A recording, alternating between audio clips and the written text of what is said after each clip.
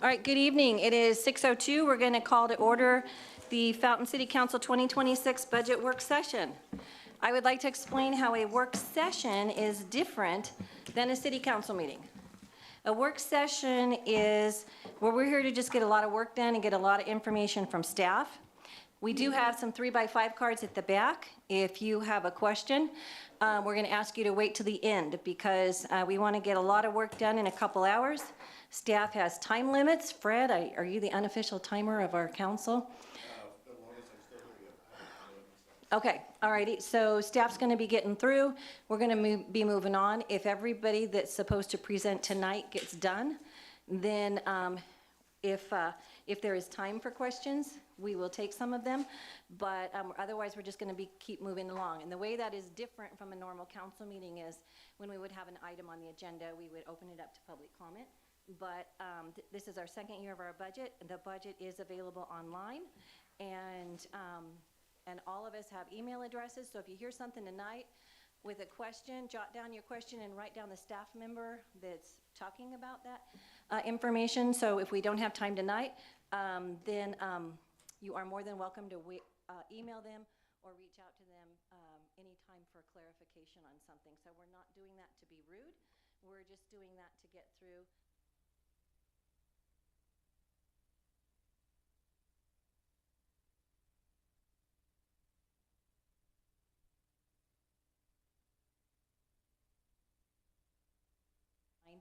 You're going to need to contact us afterwards, like I said, unless we get done super early, but we have a long agenda. And with that, I'm going to turn it over to our city manager, Scott Traynor. And your email address, Scott, is? Is straynor, not trainer, traynor at fountaincolorado.org. Thank you, Madam Mayor, members of the City Council. So the first order of business tonight is I want to introduce you to Bart Bedsole, our new communications director. Bart's here tonight. Day two, he's survived the first couple days, so Bart's joining us, has left the news and is heading to better pastures here, right? Right. So we're excited to have you, Bart. Thank you. And Bart will be reaching out. Well, we're going to have a work session, by the way, and talking about just communications needs and expectations. And also, he'll be reaching out and talking to you guys individually as well, so you can get some feedback from you. So we're looking forward to that. Okay, so as we start in this budget, I'm just going to sort of get us started. What I think is on a really positive note. If you pay attention to the news and you see what's happening in a lot of our neighboring communities, in fact, a lot of communities statewide, you see that there are cities like Colorado Springs that are $31 million upside down, or Manitou Springs that are $4.3 million upside down, or Monument, or any number of other communities that are facing a lot of different struggles for different reasons. And so as we entered into this budget season, as we're working on preparations, we were intentionally being very conservative and very careful. And so number one, I want to thank the staff as we prepared this budget. We're very conservative, and just want to be really careful as we stepped into the budget, not knowing exactly what is going to happen with the economy and what's, in the next year or so forth. So what you'll see is a budget that's balanced. The City Council, so as a reminder, for those who may not be aware, we do a 2-year budget. Last year was year one of this 2-year budget, so we spend a lot of time in year one going through a lot of detail. Year two is really looking at that same budget and focusing on, okay, have there been changes or are there needed changes? And so that's what our focus is going to be on tonight. The council, because our fund balance is very healthy, the council at the last, when we developed this budget, actually intentionally planned on spending down about $2.5 million of the fund balance. What you'll see now is we have a budget that's, you're not spending that $2.5 million down, it's fairly flat, which is a really good thing. And you have a fund, and we're going to get into the details of the fund balance. We're going to have a portion of the discussion just focus on that. But you'll see that we have a fund balance that's about a little over 38%, and the council goal is 20%. That's 3% for Tabor and 17% just for our general contingencies in case there's an emergency need and whatnot. So you're going to recognize that you have some funding that you can use for the various priorities that the council may have when we get to the end of this. So I just want to briefly kind of walk through the agenda for tonight. Tonight we're going to focus first on, Shauna's going to delve into the fund balance, and then she's going to focus on the revenue projections for this upcoming year. and then we're going to drop right into the departments. And so the departments that we're going to be going through, and you can see the agenda right here, we'll go in that order, and then we're going to focus on those departments where there are some changes, and they're going to focus on whatever those changes were. And over on the right-hand side, we put page numbers. I know it's kind of a pain to jump back and forth, but at least now you're not guessing which page we're going to. And then finally, at the end, we'll have some time for the council to talk about council considerations as far as where you guys want to see funding, discussions, et cetera. We've got a list of things that the council, that the staff members, as we've gone through this budget, have identified as, hey, this would be a really important thing to our department, and so we'll hit on those as well, and then the council can decide what they want to do with that. That's the high-level overview. As a reminder, and this is data that we're updating right now, but in the last budget message, I provided a chart showing various cities throughout the state of Colorado with population generally between 20,000 and 50,000, but with the few exceptions that are close to us, like Colorado Springs and Pueblo and so forth. And what I wanted to show is the general cost of government, which is the general fund per capita. And so at the very bottom end of that is Colorado Springs and Fountain. Fountain, our cost of government for our citizens is about 900, a little over 900 per capita. And at the very opposite end of the spectrum, you'll have Denver, which is really interesting because usually the bigger cities. No, because, and I'm only sharing this because we're updating it. This is old 2023 data, but the 2024, many of these cities didn't have their audited financials in yet, so they didn't have good data to work off of. But the opposite end, about $2,300 at Denver, which usually with larger cities, you see like economies of scale, but for whatever reason, they're fairly high in their expenditure side of things. But we have a very good budget story, and I think we have a really good budget that provides the essential services for our community. And then the council, as we get into this, can decide, okay, where do we want to focus our priorities for additional funding? With that, unless there's any questions, I'll have Shauna jump right into the fund balance. All right, good evening, everybody. Shauna Dale, for those of you that don't know, I'm the finance director, and I'd also like to introduce Tony Bowling. He is our new deputy finance director. He's been with us for a month now, so he got immediately tossed right into the fire with this, and he's done an amazing job. So we're really excited to have him on board. So with that, we are going to actually start with the fund balance. If you can go back to the fund balance table, Tony. And bear with us just as we move through this meeting tonight. This is actually our new budget software, ClearGov, which we navigated away from the other software, OpenGov, with this budget. So there are still a few kinks that we've been working out with this implementation. So bear with us on that. But we're going to start with the general fund balance projections and updates. Could you make that a little bit bigger, Tony? So with this, the one thing I want to, do we have a pointer? Yes, Chris? I'll grab it. Okay, thank you. And this is page 11? Yes. No, 14. It should be 14 in the okay. book. All right, thank you. Thank you. There we go. Okay. So one of the things I want to point out here is that at the end of 24 for the audited financial balance or financials, we ended up with a general fund unassigned fund balance with Tabor of 16.95, which was actually 53% of our overall fund balance, which is actually much higher than we originally anticipated. And it was just because we ended up with more revenues in 24 than we originally anticipated, which is great news. Going forward into 25, you'll notice that our unassigned and our Tabor balance increases to about 17.6 million, but our overall percentage drops to 38.3%. And the reason I bring this up is because if you notice between 24 and 25, the actual general fund operating expenditures, excluding capital, increased tremendously, about 15 million. And that was because that was, in 25 was the year we made the switch where we no longer allocate out the administrative expenses directly between general water and electric funds. And we started housing everything for the administration within the general fund and then doing a cost allocation transfer from the utilities funds into the general fund for their portion of those expenses. So going forward, right now we have an estimate at the end of 2025 of about 18.3% above the required fund balance reserve for the general fund, which is, as Scott mentioned, the 20%. That actually equates out to about $460,000 per 1%. And so it's about $8.4 million that we have in excess in the reserves. Right now, the way the budget is structured for 2026, with keeping everything fairly flat when we did the 25-26 budget last year, we're actually looking at slightly reducing that to about 35.8%. So that's still 15.8% above where our target goal for the fund balance reserve. The other thing that I'd like to point out real quick on this table is that these are the different, and I'll actually use this over here, these are the different restrictions that we have on the fund balance. So the Tabor Reserve, of course, which is required by state law. Then we have our Public Safety 2B mill levy, and then the committed fund balances for park improvements, school zone, and then our assigned to public safety is the public safety sales tax increment fund balance, which that's where 25% of all of the sales tax from new businesses that have a physical location since 2012, we put that money aside to pay for capital improvements for public safety.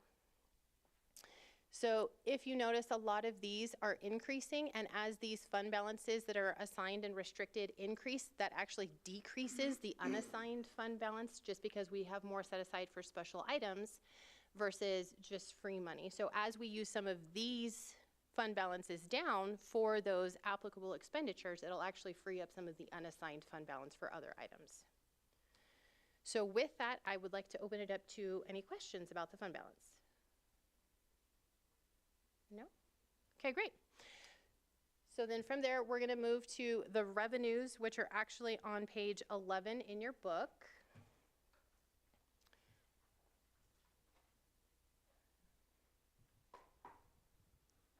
Scroll all the way to the bottom.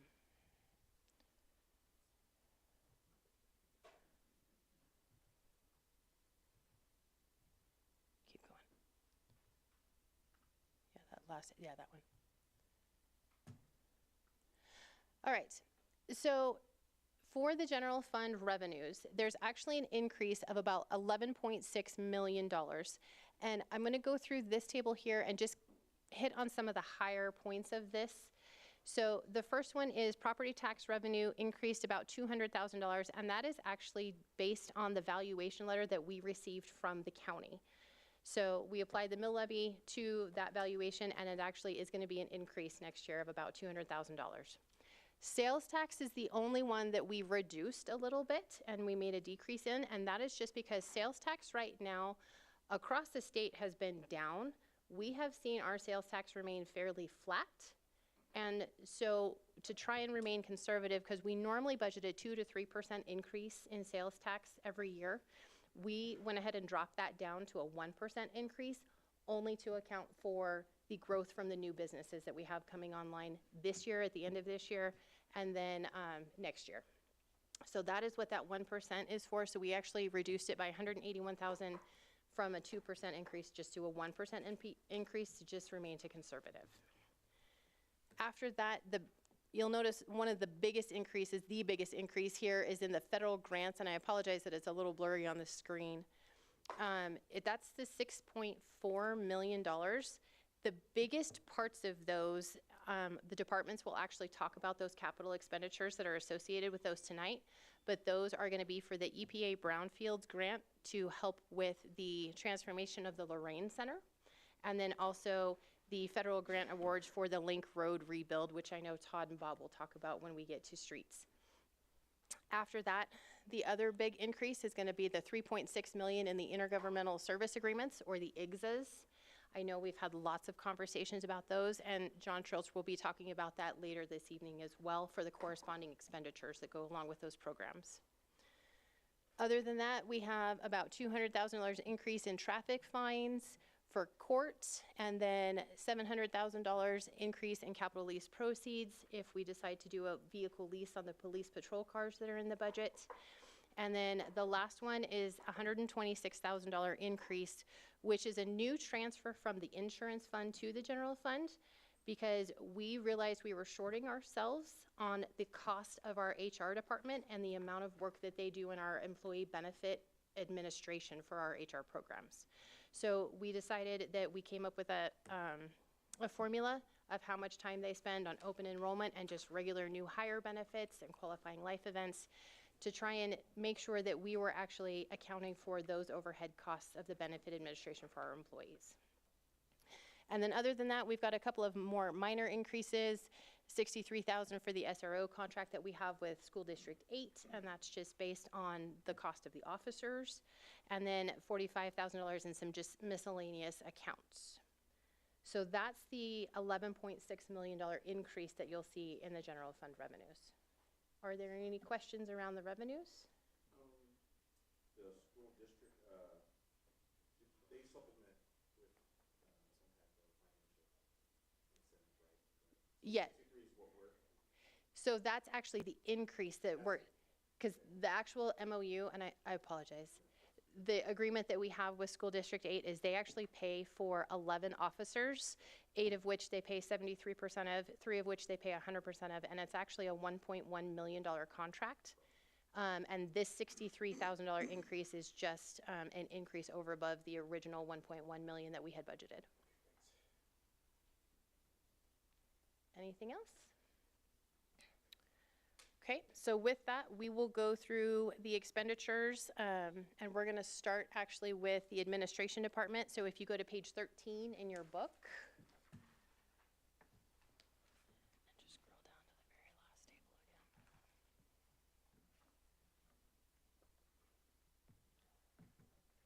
There you go, keep going. Yep. Whoa. Oh, that's the fund balance. Go back up. Sorry.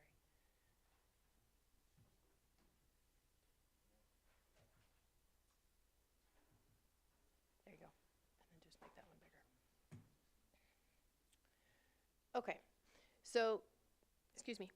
I'd like to start real quick. This is the table for overall expenditures for the general fund, and most of these will go through the departments that have changes from the original 2026 proposed budget that we did last year. Before we get into that though, I'd like to just point out that up here you'll see this top line of a decrease of $168,000 in salaries and benefits. That's across all of the general fund departments, and that's for various reasons. The brunt of which is just throughout the year we have attrition and turnover. And so sometimes when we have new employees come on, they start at a lower salary, they select lower level benefits than their previous incumbent. So just with all of the changes that went in from when we did the budget last year, we're actually just seeing a net decrease here of $168,000 across all of the department's salaries and benefits just in the general fund. So next we'll hit on administration, and you'll notice, and I apologize, I know this is kind of blurry, this is actually a $3.1 million decrease. And the reason behind that decrease is actually, sorry, I have my notes here. The brunt of that is because of the IGZA program. Because one of the things that we really tried to make sure that we were mindful of when creating this budget is trying to track the IGZA revenues and expenditures separately. So what we actually decided to do was create a whole new cost center within the general fund to track the IGZA program.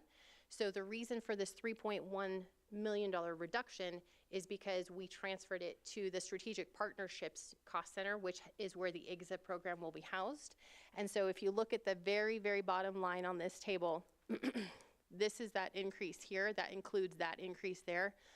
So we just transferred it from administration to strategic partnerships. I'm so sorry, my tongue is tied tonight.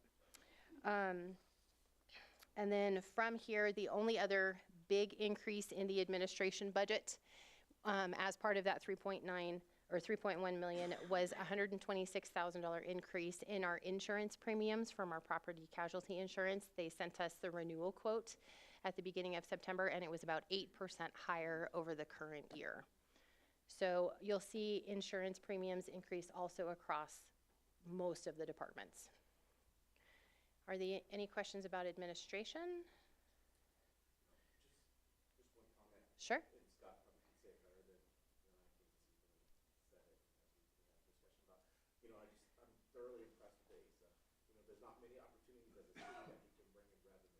The only revenue we get is from the taxes. And so I just want to give flowers to John and his team and to the staff, you know, looking forward to bring in revenue that we have, which will help our overall budget. And so I'm just grateful for their hard work and effort. Thank you. Appreciate it. let me say one thing about that real quick. I think you really hit on something that we hit on in council meetings, and it's just extremely important. And that's that those IGZA dollars are not coming from our community. That's just a phenomenal thing. Those dollars coming in allow us to do something. I will tell you, and we're not gonna spend a lot of time on IGZAs tonight, and the reason why, and so I'm just gonna jump in on that piece right now, is because we are just starting our big run on IGZAs. Between 2025 and 2026, we anticipate a net revenue, IGZA revenue, net of expenses, of a little over $1 million. But because some of that is still sort of on the come, right? It's sort of based on projected projects that Fort Carson has indicated, hey, we're moving forward with this. Or things like transit, right? That we've signed on the dotted line, but it's not operating yet, and we're working on all those sort of unknowns that we're looking at. But you will see us come back through 2020. We didn't want to put something in front of you, have you commit to something.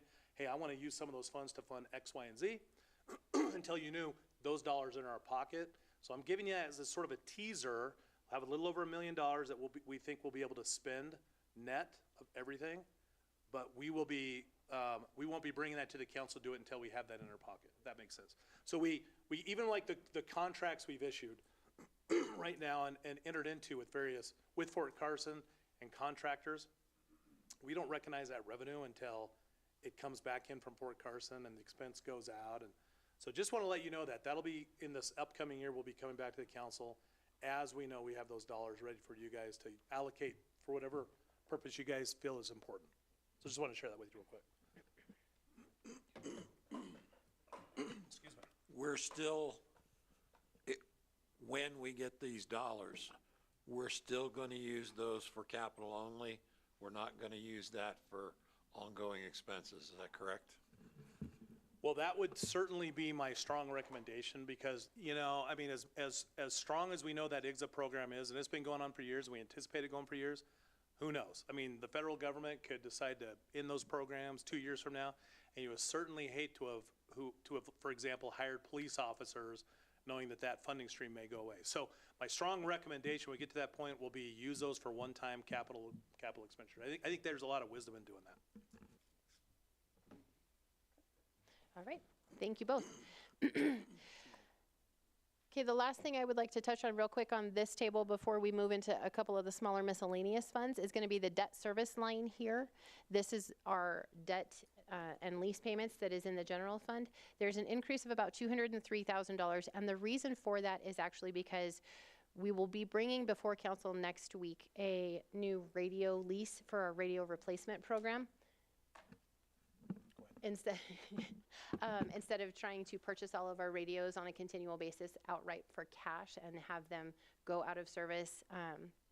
And so that is included in here. And then there's also the final payoff for some streets trucks that we had leased prior, I believe, in 2022. And so the final payout will be next year on that lease.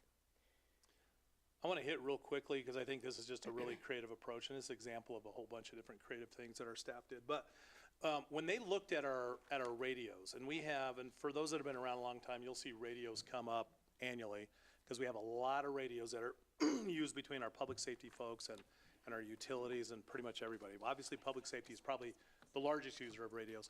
But rather than doing the same old approach where we'll budget $300,000 one year to replace a bunch, and then $200,000 the next year, and then have this continue for years and years. And we have radios, some of which are old and outdated and breaking down. Some of them are newer. Some you can't get parts for and everything. One of the things that IT, who now oversees radios, looked at doing is they looked at the life cycle of the radios, looked at all the radios we had, and rather than spending the money that they had projected to spend for radios over the next 7 years, they said, let's replace those radios today. We'll do a lease payment for those, and ended up saving because of the cost. IT, like everything else, radios, just like everything else, is going up dramatically. Annual cost. What's that? 200,000, the savings. The savings. The first year savings 200,000. The 7-year savings 5. Greg told me the 7-year Oh, savings 7 year. is 2. Okay, 7-year savings 200,000, and then that keeps them updated with the radios that they need to use. That everyone's radios work with everyone else's, which isn't always the case right now. So that was a really good thing that our folks were doing. And Greg did a lot of that with IT, trying to save some of our costs in IT as well. Cut quite a bit out of his budget. So I want to make sure I mention that. Yep, and that'll actually be reflected when Greg starts talking about the technology services and the IT budget. You'll see an actual reduction in the IT budget, which is kind of an anomaly. Normally, we always see everything increase. And a lot of that is just his hard work in trying to get some of that scaled back, but also when we pulled out, I think it was 311,000 in radio purchases. Yeah, and I will say this for IT as well. The one thing we did not cut was a new projector. Yeah. Which, if you're trying to read some of that small print, it's definitely fuzzy, but. Quick question. I'm trying to get all my questions in before I leave. But this probably is for Chief. I was at a meeting with Chief Vasquez last week, and he talked about this new body-worn camera.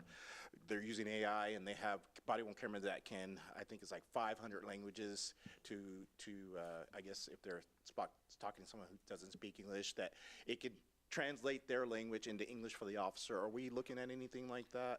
Yes, sir. And That I is know it's true. expensive. Yeah, it is expensive. Yeah. We have those cameras. We have the most updated cameras. We do have that capability. We're going to get a 30-day trial run. We're going to see how beneficial it is. My officers have asked for it. It is expensive. It's an add-on. But it would be, yeah, it is not part of our budget right now. We're going to do our free trial, see if we like it, see if it works like as advertised, and we'll go from there. Okay, I'm super curious how it works. I mean, is it prints to their iPad or talks in their ear? Yes, ma'am. It's our body-worn cameras have speakers. Okay, And so if a Spanish-speaking person is talking to the officer, the camera spits out English. When the officer talks in English, it will spit out Spanish back to the person we're talking to, live, real time.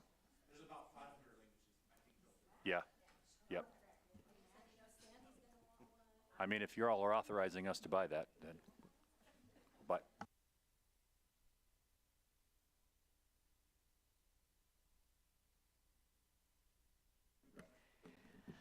All right, so from here, we're gonna go ahead and go into just a couple of the smaller miscellaneous funds, which are on page 40 of your book. Uh-oh. Chris? We lost the projector. Okay. Apparently, I know. Thanks, Scott, you jinxed it. My bad. Jinxed it too early in the meeting. All right, so real quick, we're just going to hit on Heritage and the 2 GID funds and then the insurance fund here on this table. And this is just the revenue side of things right now. So if you notice on Heritage, GID 1 and GID 2, there are actually no changes except for Heritage Fund. There's a decrease in their revenue because the Heritage Board voted to continue their temporary mill levy reduction that they had in place for 2025. They want to go ahead and continue that into 2026 to try and spend down some of their fund balance. So that's what that almost $54,000 reduction is. The only other increase in the miscellaneous funds is actually in the insurance fund, and that's just in insurance premium revenue and investment income, and that's just based on trends from 2024 and 2025, just trying to get that revenue in line with what we've actually been seeing over the last couple of years. Shona, I know you said 40, but it's actually 39. Is it? I'm so sorry, Gordon. That's a typo on our table then. So we're actually on page 39 if you're following along in the book. Thank you, Gordon. I think page 40 is actually the next one we're going to do, which is the expenditures on that side. So good catch. So we're just going to move real quick down to the expenditures, which are on page 40. So along the same lines, you'll notice on the Heritage and the 2 general improvement districts, there are no changes from the original 2026 proposed budget.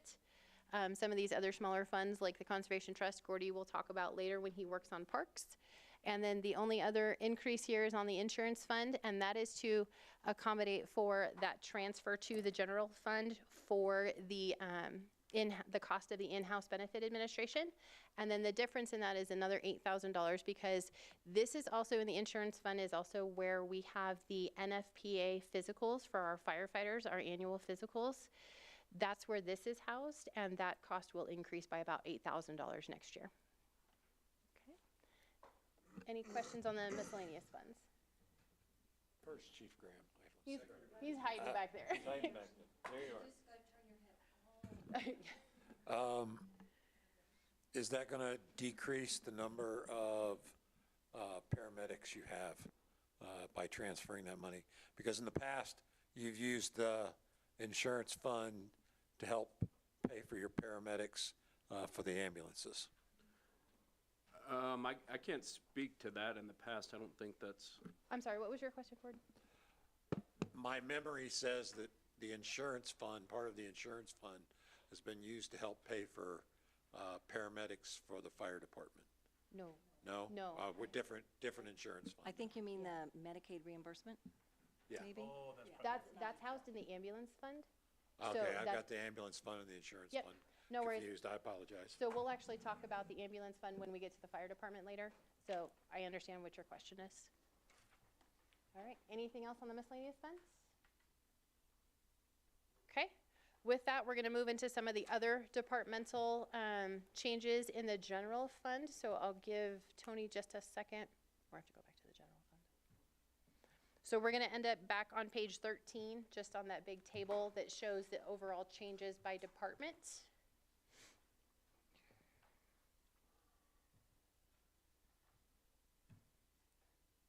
Yeah, that table that was about halfway down.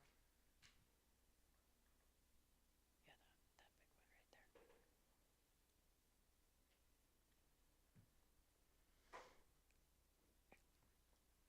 Okay, so the next one that we're gonna talk about is actually the building maintenance and facilities. And the only change here is actually a decrease of about $47,000, and that is net because one of the things that we took out was a $50,000 capital contingency for building maintenance. And then there was small increases of about 2,600, 2,500 and change in some of the maintenance service contracts. Those are the only changes within the building maintenance department. Todd, was there anything else you wanted to touch on for facilities and building maintenance? Okay. Any questions on that? The west side of the north wing, is that side of the building in the winter is colder and the summer is hotter? Are we spending any money to try and fix that, or are we just leaving it as it is? And At this point, Craig is researching what we can do. Okay. We've got not only heat issues and cold issues over there, we've got some window seal leakage, which we've had for years. So he's got several contractors are looking at it, and he's coming up with solutions. One of the things we're looking at all our facilities, we're going to go away from the individual temperature controls in each individual room. We've done that. We've been there, and we've found that it's not a good, long-lasting kind of system. So we're looking at, could we make any changes to that to try to help some of those problems while keeping the numbers low? So he's looking at those. And then we talked about down at the planning desk, safety glass there. Is that in the budget, or is that? That is. He's got those proposed, and I'm not sure, are we doing that in the supplemental, or is that a 2026? I think that's for the supplemental that's Yeah. coming up this year, I or think it next is. week. Yeah, that's been bid out, that's been spec'd, and we're moving forward with that ASAP. And we're doing it this year. Christie's giving me the thumbs up, so Okay. that improvement's happening this year. And then at the planning desk, can we get a badge reader there for that second door? When members of council tries to get in there, it's got the thumbprint thing and it doesn't work Sure. for us. Yeah, I can put that in for him. Martin and I just had that same thing happen yesterday. Sure. Yep, we can put that in. I have a question for courts. You're decreasing, I understand, because you're decreasing jail sentences, $975. But we've been doing a lot of changes to the court system in general. And you think, you don't think there's a possibility that you're going to need some increase in funding, or? Well, the changes that I'm assuming you're referencing have to do with use of the software that was already paid for years before I started here. Right. And when we did the business process review for implementation of that software, we found that most of the builds for it weren't necessary. So we're not having to pay to increase the utilization of the software. It's that's already there. And thankfully, we have. Oh, you know Betsy- what? I just realized, I am so sorry. I just realized he doesn't have a mic. So Oh, anybody online, I'm so sorry. I just dawned on me. Okay. I'm sorry. You'll have to start again. I'm sorry, Madam Mayor. So the changes that I think you're referring to have to do with the use of the court case management software. And that software was actually purchased, I believe, in 2020. So we have had that software available for use for some time. And this year we did a business process review to make sure that we had the ability to use the software to the full functionality that we paid for. And we learned that for our purposes, everything that we need is already in that software. We don't have to pay for additional builds onto it to increase functionality. It's really just implementing what we have. Thankfully, we have a dedicated IT person, Bezzy, who is the, for lack of a better term, municipal justice 10 guru. And he has been able to accomplish both the functionality, implementation, and training on that software for personnel. We have had that same attrition that's there in other departments, and we're working on fully staffing the court. But other than the decrease in jail services, no, there hasn't been. We're not anticipating any additional need. And people have the ability to pay their traffic fine online, correct? I believe so, yes. Okay, because I think that's important. Yes. People to do that. Okay, thank you. Absolutely. And I'll just chime in there real quick. That online payment software, we receive a lot of traffic fine payments from the online software, so it's working very well. So that was, What is the time frame from the time someone, because I had somebody actually complain to me that's last week that they couldn't pay their ticket fast enough. So, because they just want to be done with it. Okay. What is the time frame from the time somebody gets a ticket till it's in the system and they're ready and they can pay it? I really can't tell you off the top of my head what that would be. I don't know that there is a uniform time. I think Rosa knows. Rosa might know. Rosa's scooting around, she's trying to I find know, a mic. Rosa's like, Okay. I know. It's about 2 weeks. We have to wait for the PD to do their part in getting the ticket processed. I think Records does something, and then we have to import that information into the court software in order for them to pay online. So usually it takes a week or two. On Thursday, we do the whole Brazo import into our court software. So, quick question, Todd. I know with the IGSA and that, building that staff up, I know that we've talked about they're possibly moving over to the utility building. That's not something I should not be saying, right? Correct? Is that, okay, good. Just want to make sure. No, And does that add an increase to, are we going to use IGSA dollar for that lease, or how's that all going to work? So right now, we just had a meeting on it today, so it's a good discussion point. But no, that we are going to have to move some folks around because of the increase in the IGSA staff itself to support what all the projects they're bringing in. So with that, we still haven't finalized that process. But it looks like we will be adjusting some folks over from City Hall over to the customer service building. We don't know exactly which departments yet, but once we do, some may go here, some may go to UOC. So it's expanding. And if there is any requirements to upgrade any facility for IGSA staff, IGSA will pay for that. Yeah. All right. So with that, we're actually going to do economic development next. So I'm going to have Miss Kimberly Bailey come up.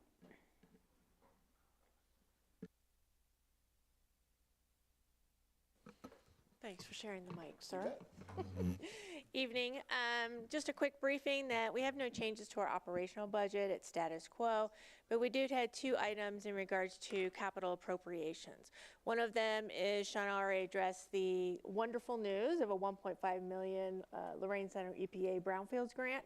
So that has been incorporated into this 2026 budget because that was highly unforeseen when we were looking on the scope in '24. And additionally, we did have to update our tax sharing agreement appropriation pledge amount. If you remember, we did have a grand opening of a King Supers development this year. And in that next year term, they will be at the 14-month trigger point for a first rebate for those funds. So we did have to incorporate that into the TSA agreement line item.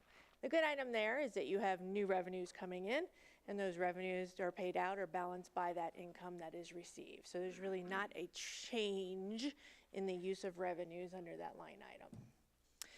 Anything else? The only other thing I would add to the adjustment in the economic development budget is we actually also had, while we had the increase for the capital project and for the tax sharing agreements for the incentive side, we actually did also reduce the tax sharing agreements that we already have in place for South Academy Highlands and the regular FURA corridors, just because we also reduced, and we did a corresponding reduction with the 1% reduction that we did in the sales tax revenues. So if we're bringing in less revenue, we have to spend less revenue going, or less expenditures going out as far as the sales tax sharing for FURA. So those are the only adjustments that we made to the economic development budget.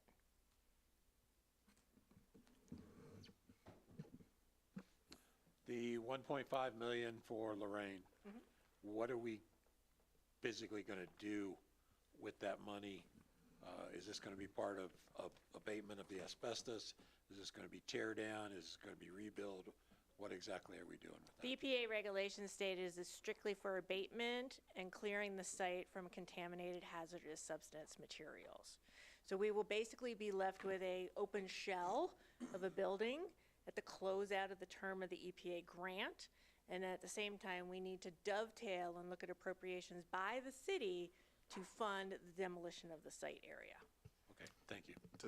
Does that 1.5 million get us to completion of that, or will we have to add some additional? No, the completion just the is the expressions? abatement The abatement, and okay, the got it. environmental scope. Now, we already have pre-bid numbers that we solicited to put our application in for the EPA, so we understood what tandem value needed to be identified, and they're swagging somewhere around 400,000 strictly for demo and removal of the site after the brownfield closure. So it's gonna cost us 1.5 million just for the asbestos? Yes. Goodness gracious. Well, I mean, it's asbestos, it's lead-based paint, it's glue in the vinyl flooring. I mean, it's riddled based on the eras of expansion and development of that building. All right, cool. All right, thanks.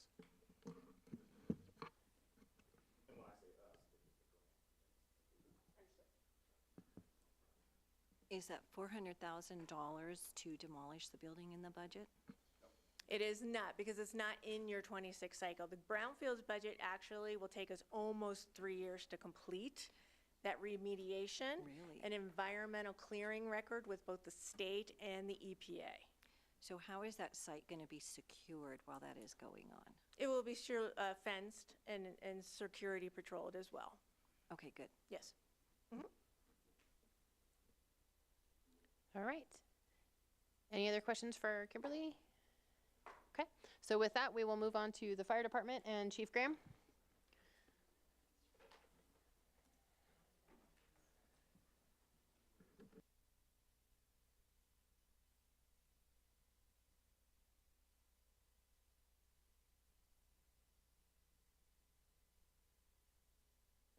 Good evening, Mayor and Council. Staying with the theme that's already been laid out this evening, our budget is fairly flat compared to the 25 budget. No capital requests for this upcoming year. In fact, some reductions in some of the specific line items. Nothing significant to report to you. No significant changes from our proposed 26 budget.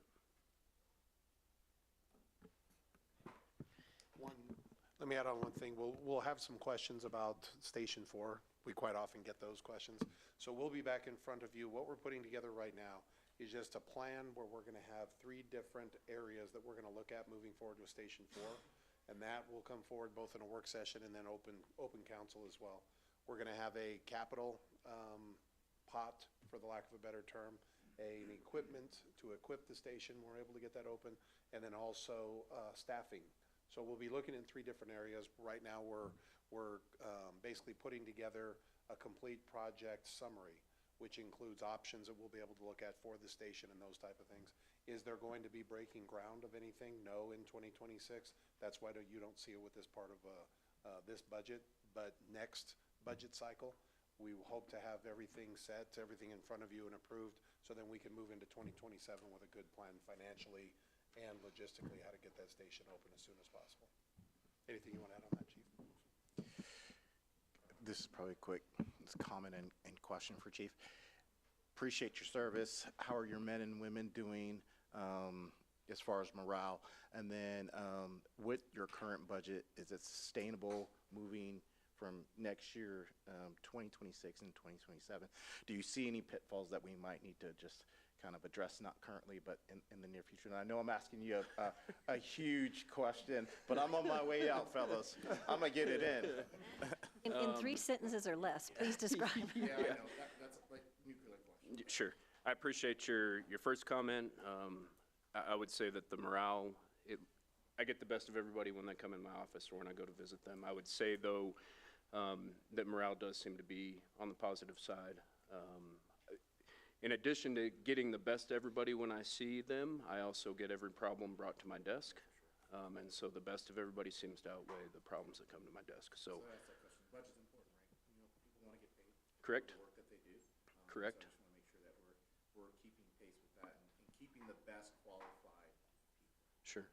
And I think the one comment I would make back towards that is that, you know, I know that John Garrett, our HR director, he's expressed it several times that he's has begun the process of doing a salary study specifically for the fire department, and I think that's going to be important moving forward in keeping pace.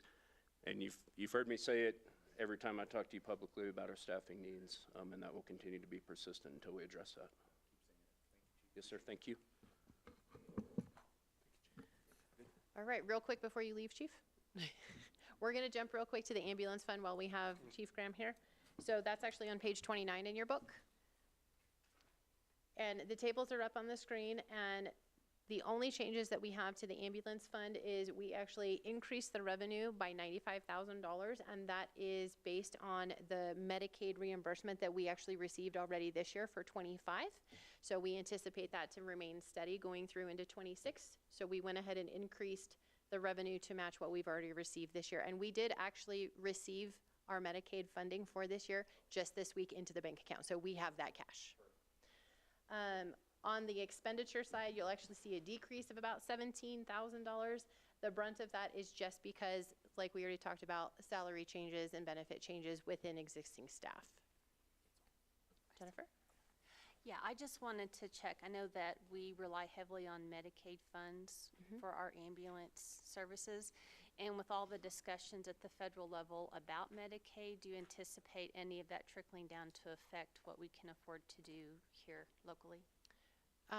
Not that I've heard from. I know Division Chief Cass has his thumb on that pulse, and there's not been any significant indicators that we've heard from yet. There's been a couple of rumblings and some rumors, but nothing concrete that we've heard of yet.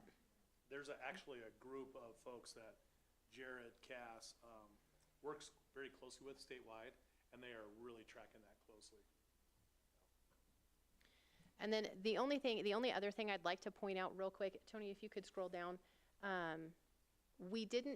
there's not an actual increase here, just to remain conservative for the ambulance fund, but I would just like to point out this very top line, if I can find the pointer here, up here on this charges for services. This has always been a number that is provided to us by our ambulance billing provider. And our previous companies or previous providers have always been a little bit below the target of where we'd like to see collections for ambulance bills. We have since migrated we migrated last year to a company that was called Image Trend. They have since been bought out by another nationwide company, EMS Billing, or not EMS Billing, EMSMC is what it is. And we've had tremendous results with them. Our collection rates have increased from, they were as low at one point as 46% to up to 67, and now we're estimating closer to 75 to 80% actual collections through this new nationwide company for next year. So I would just like to say that I am actually very excited about the collection rates in the ambulance fund going forward with this new company. So, any other questions on the ambulance fund? Okay. The last miscellaneous fund that we have that's tied to fire is the Volunteer Fire Pension Fund, and that's back on page 40 in your books. I will say that there's no changes to either the revenues or the expenditures for the volunteer fire pension fund going forward. Can you just briefly, every once in a while questions come up Sure. about that, but just briefly explain what that is? Sure, so the volunteer fire pension fund is a fiduciary fund that we maintain for the firefighters that were on our staff as volunteers with 20 years of service. And then when they retire, they actually get a monthly benefit of $200 a month until they pass away. And should they pass away but they're survived by a spouse, their spouse gets $100 until they pass away. So it's just a very small amount to show our appreciation for those volunteers that have put in 20 years of service or more with our department. Right now we have 2 actual retirees and 1 spouse that are still on the plan. And unfortunately, we probably won't have anybody else join that plan just because we've done away with our volunteer department, you know, in the last, probably 7 years. But that's what that volunteer fire pension fund is for. And how much money did they contribute to that pension fund? Do the retirees? The volunteers, did they contribute to that pension No, fund? there's nothing. Okay. The only thing that's actually contributing right now to that fund overall is just investment income that it receives every year. Okay, 'cause I think it looks confusing when it's called a pension fund and people think of their kind of quote unquote a normal pension fund where you're adding to it as well as your company. Sure. So it's just a little bit different. Okay, thank you. Yep. Any other questions for Chief Graham? All right. So with that, we will move to Bob and the Fleet and Streets departments. The man of the hour. Lots of questions. In the hot seat. Good evening, everyone. Starting off with fleet, we remained very flat with fleet. Right now, you'll see a reduction of about $137,000. A lot of that is one of the pieces of equipment that we requested during the initial budget cycle for a new fleet vehicle. The vehicle we have right now just doesn't do what we need. A lot of times, it doesn't have the equipment on it, but we'll discuss that later on. It was just deemed right now as a possible expense that we can do away with. We can make do with what we have. It's just not convenient when we have to send mechanics out to fix vehicles. They usually have to go back to the fleet shop a couple times to pick up what they need. And that was the goal, to outfit a vehicle that would get them on the site, get the vehicle fixed, and get them back in service as soon as possible. Other than that, the other only increases are some insurance, Medicaid, and things like that, which Shauna can discuss. The only other changes to the fleet department, like Bob was describing, is just the changes to the salaries and benefits like we've already discussed with every department. Okay. That's really it with fleet. Any questions for that? Not for that one? Okay. All right, I'll see you. I'm out. Yeah, okay. All right, we'll move on to streets. Okay. All right, with streets, we also remain very flat for current, based on current budget. We increased a few things, just basic uniform allowances and some other things that we saw that we're seeing basically a cost increase throughout the board. So we just wanted to increase those to cover those costs. Other than that, same thing. Most of the increases that you see are salary and benefit type things. Correct. There is an increase for the insurance premiums and then some adjustments for the salaries and benefits. But the only other thing that I would mention with the streets budget is that originally in the 2026 budget for capital equipment, we had 2 visual message boards. We have since reduced that to 1. So we took one of the visual message boards out, left one in, and then we'll see if you all want to add the second one back in at the end during the discussions. And what that is those are those message boards that we can put out that we actually they display visual messages, you know, no, they're a little different. These are portable, so they're trailers. We use them throughout the city on projects for road work, saying, you know, road closed ahead or things like that. We use them for community events. We purchased a smaller one this year that has been around. We've actually used it more than most of the other ones because it's easier to get around. And it takes less room to put up in our right-of-way because we have such limited right-of-ways in a lot of places throughout the city. The 2 that we had put in for next year's budget, what I actually did to try to save money, instead of purchasing 2 new ones, they have refurbished kits for the ones for the chassis that we currently have. So they use the chassis, they use the frames and the screens, and basically they take out all the guts, the visuals, the LEDs and things like that, all the software, and they replace it with new equipment. So it saves us almost $7,000 to $8,000 per trailer just doing that instead of just purchasing a new trailer.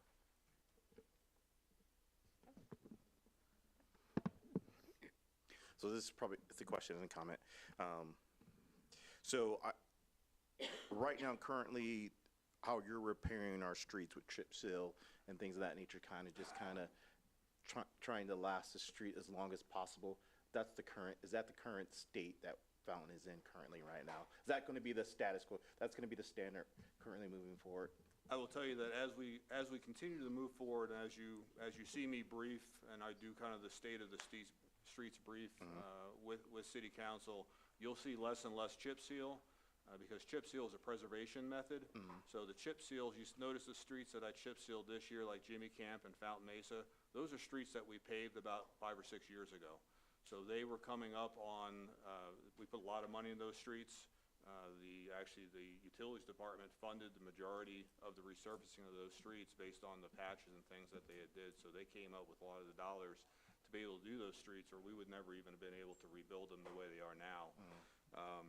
But what I'm trying to do, when we sink that much money into a street like that, we want to make sure that we get the most bang for our buck. And I kind of related, I was on the phone today for a while with a citizen in reference to a residential street. And I kind of related, as I think you've probably heard me do, in reference to going to the dentist.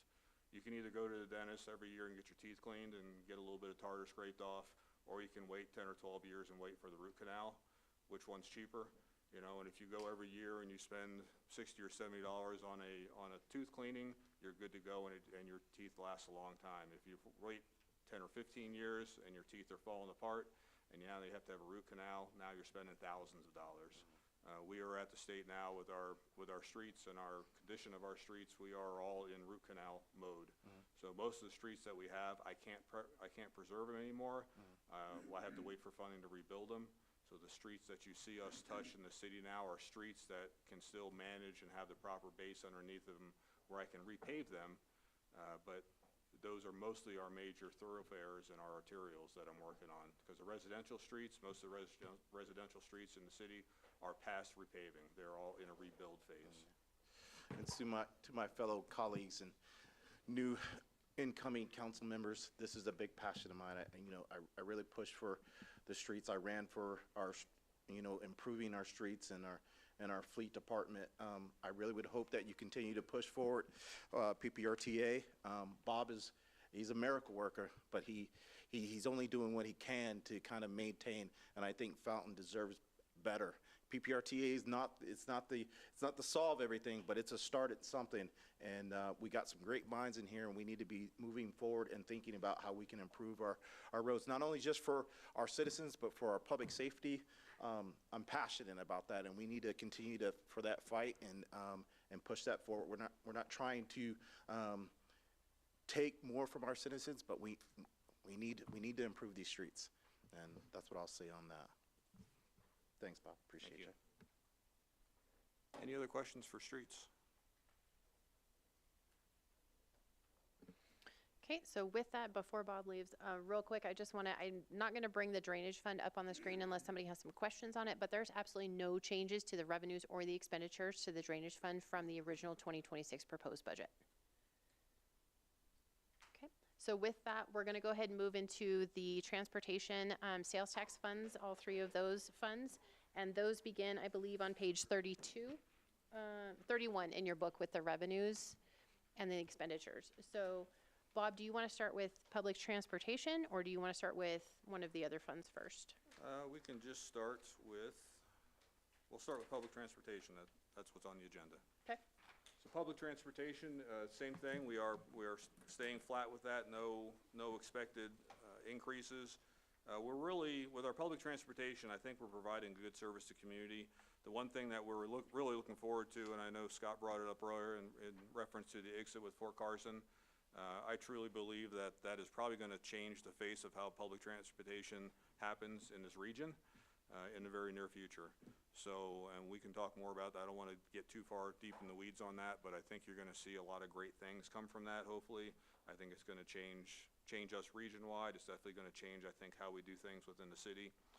We're going to see a big cost benefit and a cost deduction on providing the services to our citizens in the future. We're basically sitting back and we're going to see what happens with Fort Carson. But I'm hoping in the next couple years, we're going to be right on board with them, and we're going to basically copy that success and integrate it into the city public transportation system. Bob, how's the public and your drivers receiving using those Ram ProMaster vans?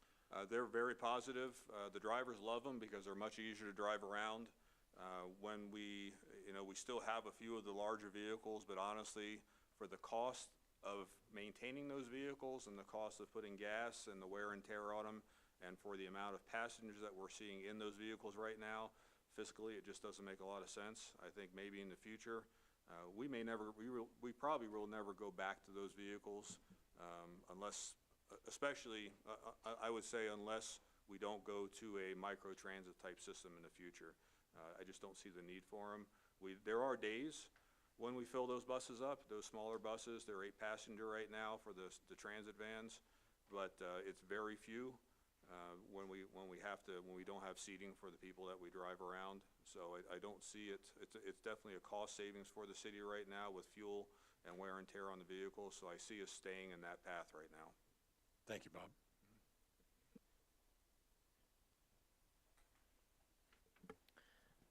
Okay, so with that, we'll go ahead and move into streets resurfacing, which I believe is on page 34. Thank you, Gordon.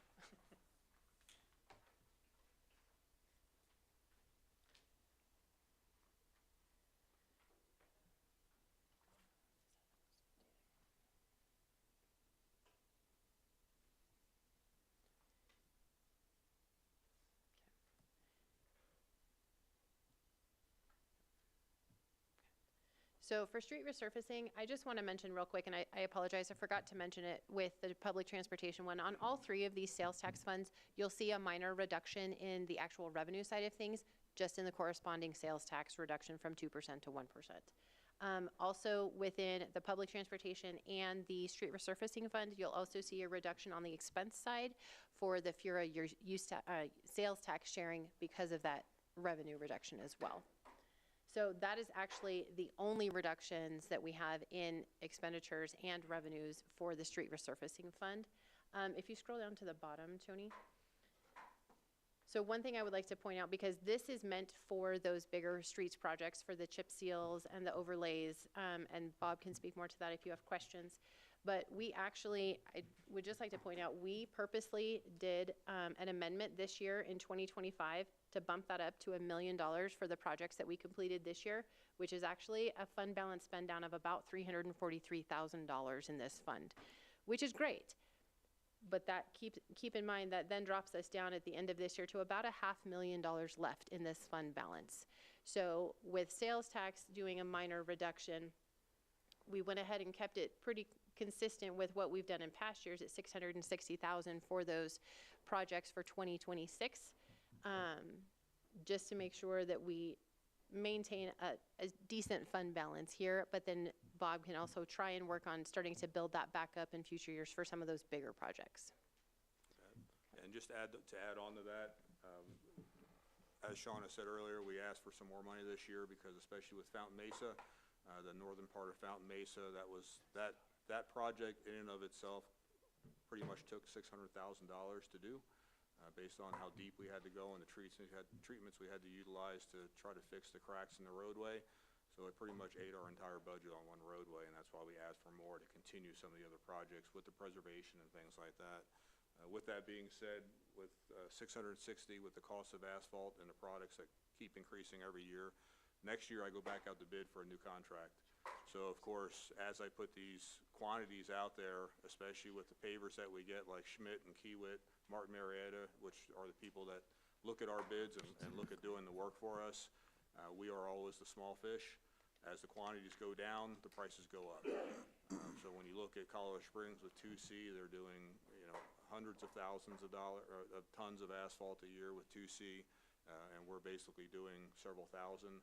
We pay a lot more for asphalt and for these services because of the limited amount. There is kind of a break-even point, especially with chip seal. With chip seal, it's about 15,000 square yards. Once I go underneath that amount for my bid processes, the prices jump pretty dramatically, pretty quickly. With asphalt, it's right at about, I think this year, I haven't added up all the square yards, but it's about 20,000 square yards of asphalt resurfacing. We also see those price differentials really climb dramatically. So as we lower our budget, understandably based on tax revenues, we're also going to see less work done for the money that we have. So next year, based on that budget, unless we can find some other funds somewhere, it's going to be a very lean year. With that money will probably only finish the Fountain Mesa from where we stopped at Cross Creek this year up to Mesa Ridge Parkway. And that might be all we do this next year. So.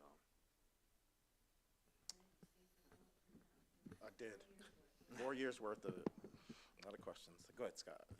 I was just going to mention, I think this is important to be thinking about. We don't have this in the budget yet, but as development happens up on Vinatucci, which is in South Academy Highlands, as the development happens up there outside the city, they're going to need to pay access fees to access the roadway that's in Fountain.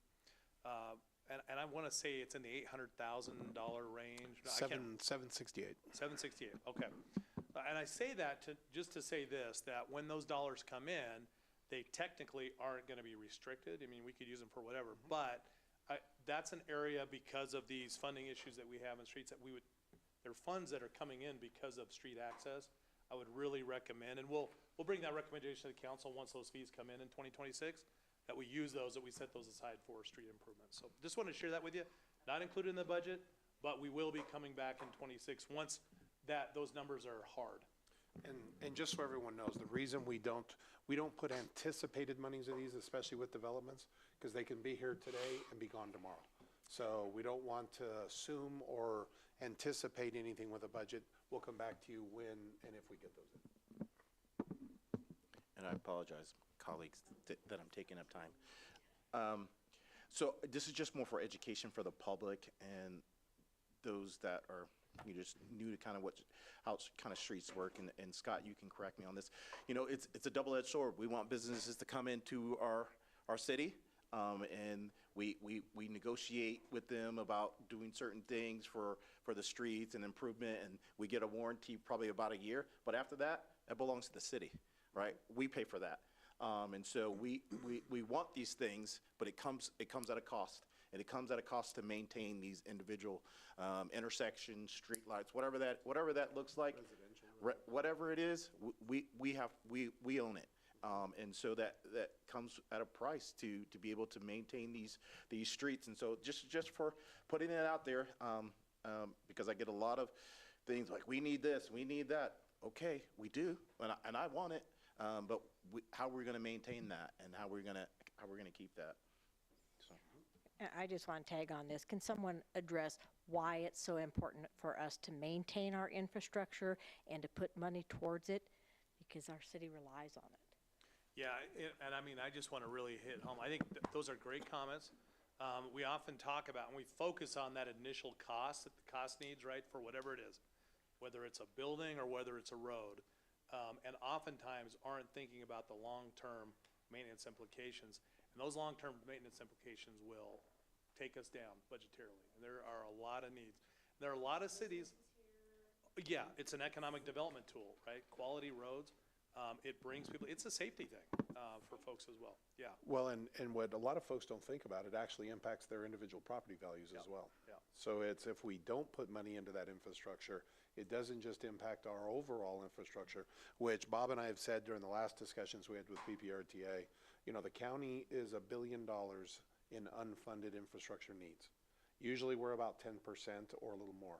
So we would anticipate right now we're 100 to 150 million in infrastructure that we need to replace right now.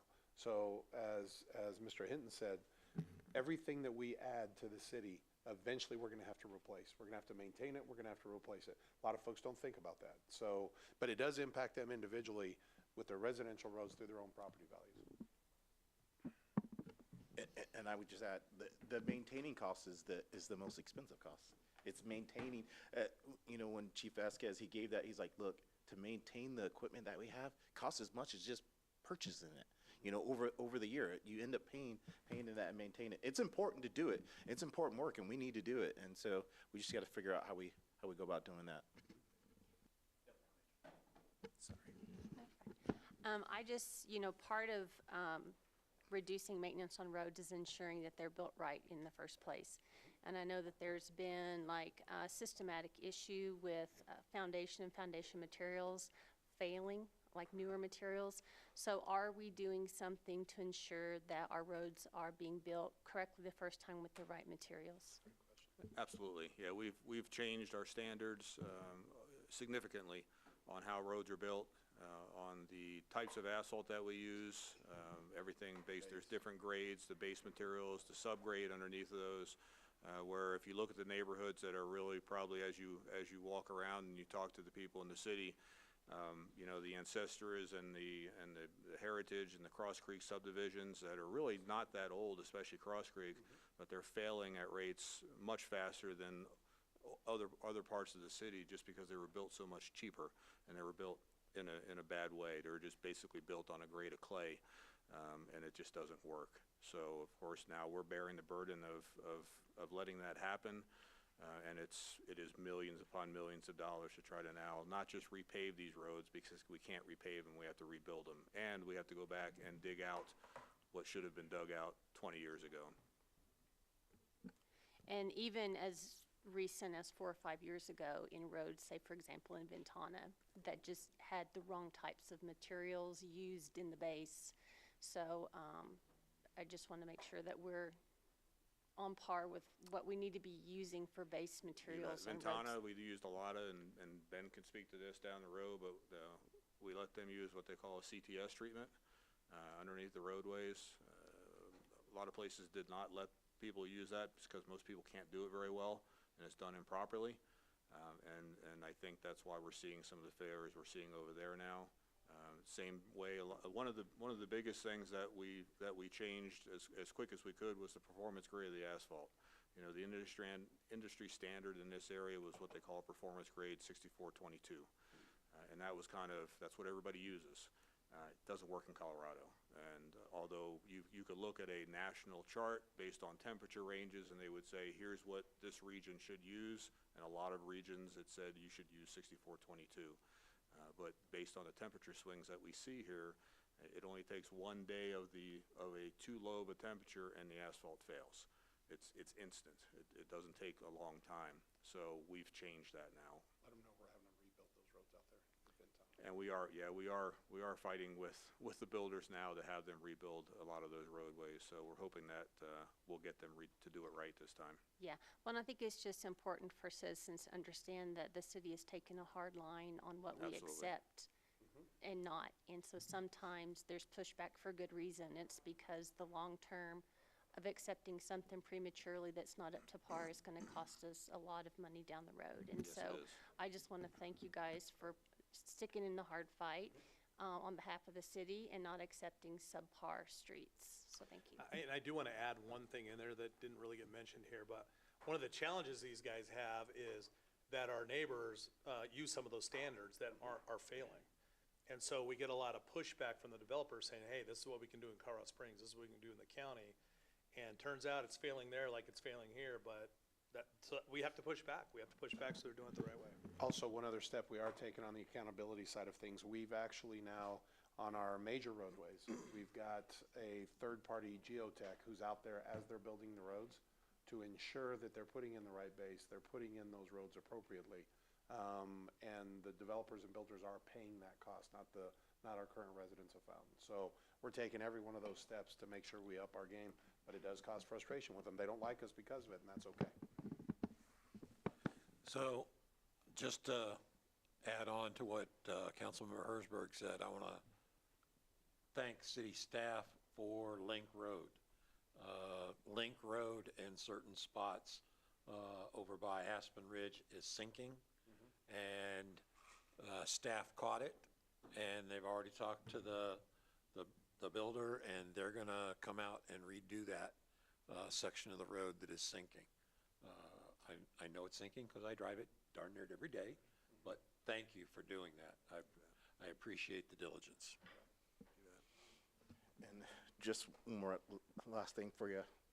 Oh my goodness, I just had it. The bridge off Main Street. I know I've got a lot of complaints off that one.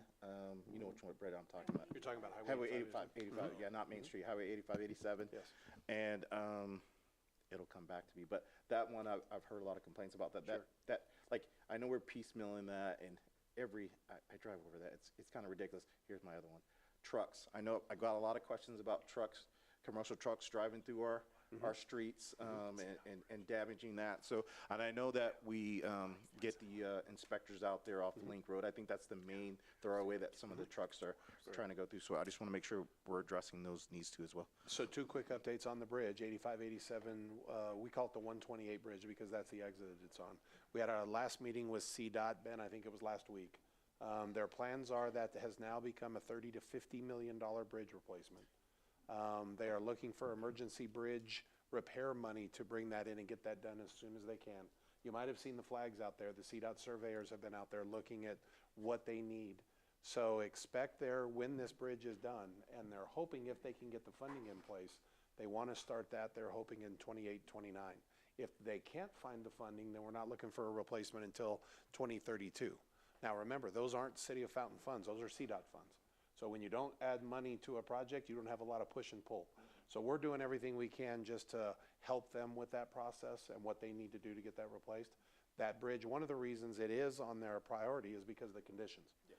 So they have up their maintenance folks coming out, and they do that regularly now. You see the patches, and the patches only work for a month or two. Not even that. And then you're right back to a speed hump right there. So there's not going to be any kind of immediate solutions for that. CDOT's on it. They have moved it up on their project list because of the conditions of the bridge, but that's going to be a huge issue down there once they start having to rebuild that, because they're building a whole new bridge while that one still is functioning. Because one thing we have talked about them, that bridge has to function. So we cannot close that bridge. So that's one thing we reiterate, both for vehicle traffic as well as pedestrian. There's a lot of pedestrians that use that bridge every day. So that's an update there. The second one on the trucks, one thing, and Chief, jump in if you'd like to, but one thing on the truck enforcement side of things, we have our truck routes, which we have removed the inner streets off our truck routes. So primarily they need to be on the edge of the city, but if there's any type of a project within the city, or they have a bill of lading that shows that they're traveling to an address in the city, they can drive on any road that they need to. So a lot of the frustration comes with, this is not a truck route, there shouldn't be a truck on it. No, because typically when you go out and you do that truck enforcement, 80, 90% of the times, those guys know the rules. Those tickets are big tickets when they do get those. So they do have a project inside the city somewhere, and then they can come off the truck route. So, but if you have any questions, send them to the chief. He's got a traffic unit over there that he will forward those to. And we'll continue that truck enforcement. He's got 3 people in the traffic unit that's a priority for him. Correct, and 2 of those 3 are certified in the truck inspections. So we have the resources, but kind of what Todd said, yeah. A vast majority of them are trucks that are allowed to be where they are. They've got the right paperwork for it. Just my last comment. You could see how things lead from, A to Z, with that bridge being the way that it is. And if they're, obviously, we're always responding to something on I-25, either way, north or south, right? And that's our public safety people go through there, our fire, our EMS, our police, right? And that affects their vehicles as far as maintaining that. This all has a cause and effect to it. And so the more that we can kind of push our neighbors and help out where we can on that project, that'd be amazing. Just back to the concrete mix, we're using a different one. That's when people say Fountain's hard to deal with. Fountain won't come to the table. Fountain's hard to deal with. Fountain doesn't care about businesses coming. They're just hard to deal with, and that comes down to, we're trying to do the best for our citizens to hold the line. And I have talked to contractors, plenty of contractors on scene that are like, well, we don't have to do this here. And my comment to them all the time is, give me an 8 to 10 year warranty and you can do whatever you want. And the answer is always, well, we can't do that. Well, then, if you're building a road that any good road, new road is designed to last anywhere from 30 to 50 years, and you're not willing to give me a 10-year warranty, what does that say about your workmanship? Right, but it doesn't make us hard to deal with. That makes us doing what's best for our citizens. Exactly.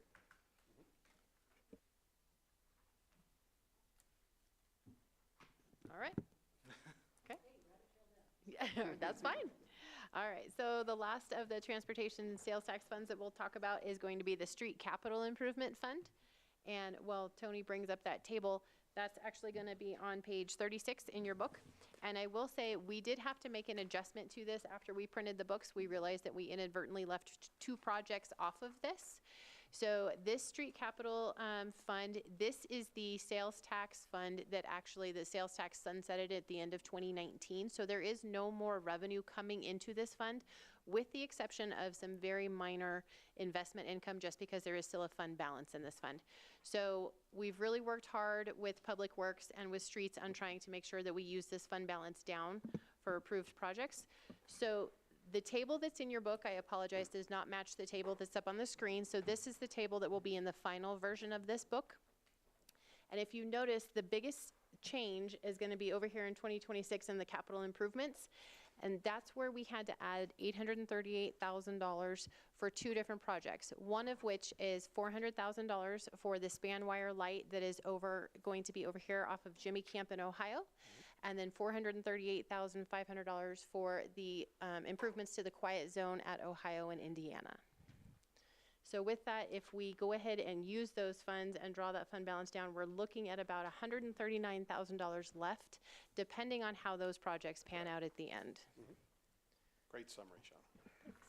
I learned from you, Todd. No. What is the anticipated timeline at Jimmy Camp and Link? Because that is such a critical intersection for our schools. That's a great question. I'm going to let Todd handle that So one. Jimmy Camp in Ohio, we are in the final stages of the 4 different corners that we need to put those light poles. Light poles are in. We've got everything good to go.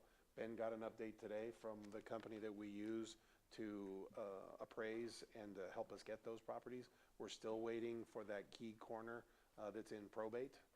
That's right by the Cumberland Green sign. The numbers that came back, we reduced the size of the area down to just the corner itself. So as they work through that probate process, we'll be meeting with the other 2 owners. Cumberland Green Metro District has agreed to donate their corner. So the other 2, we're working with the property owners, and we'll be in final meetings with them. Once those, and we could get those done as long as the probate gets done. We get those done in a matter of weeks. Ben and Abu will then start the project. We've already got the design, so we're ready to go. We're just simply waiting for that. Wish I could give you a timeline. I'd hope to say first or second quarter of next year. What's that? No, gotta have all 4. Yeah, we're gonna be adding a turn lane and some other things, so gotta wait for all 4. And a timeline on the quiet zone because the railroad is involved. I have no timeline on that. Yeah. Imagine that. It seems like they're back liking to block intersections. I've noticed that the last couple of weeks, and we might have hexed ourselves because that hadn't happened in a while. Yeah. Okay. Any other questions on the Street Capital Fund? All right. Thank you, Bob. With that, we're going to go back to the general fund, so on page 13, and we're going to move into Greg Bolby and Technology Services.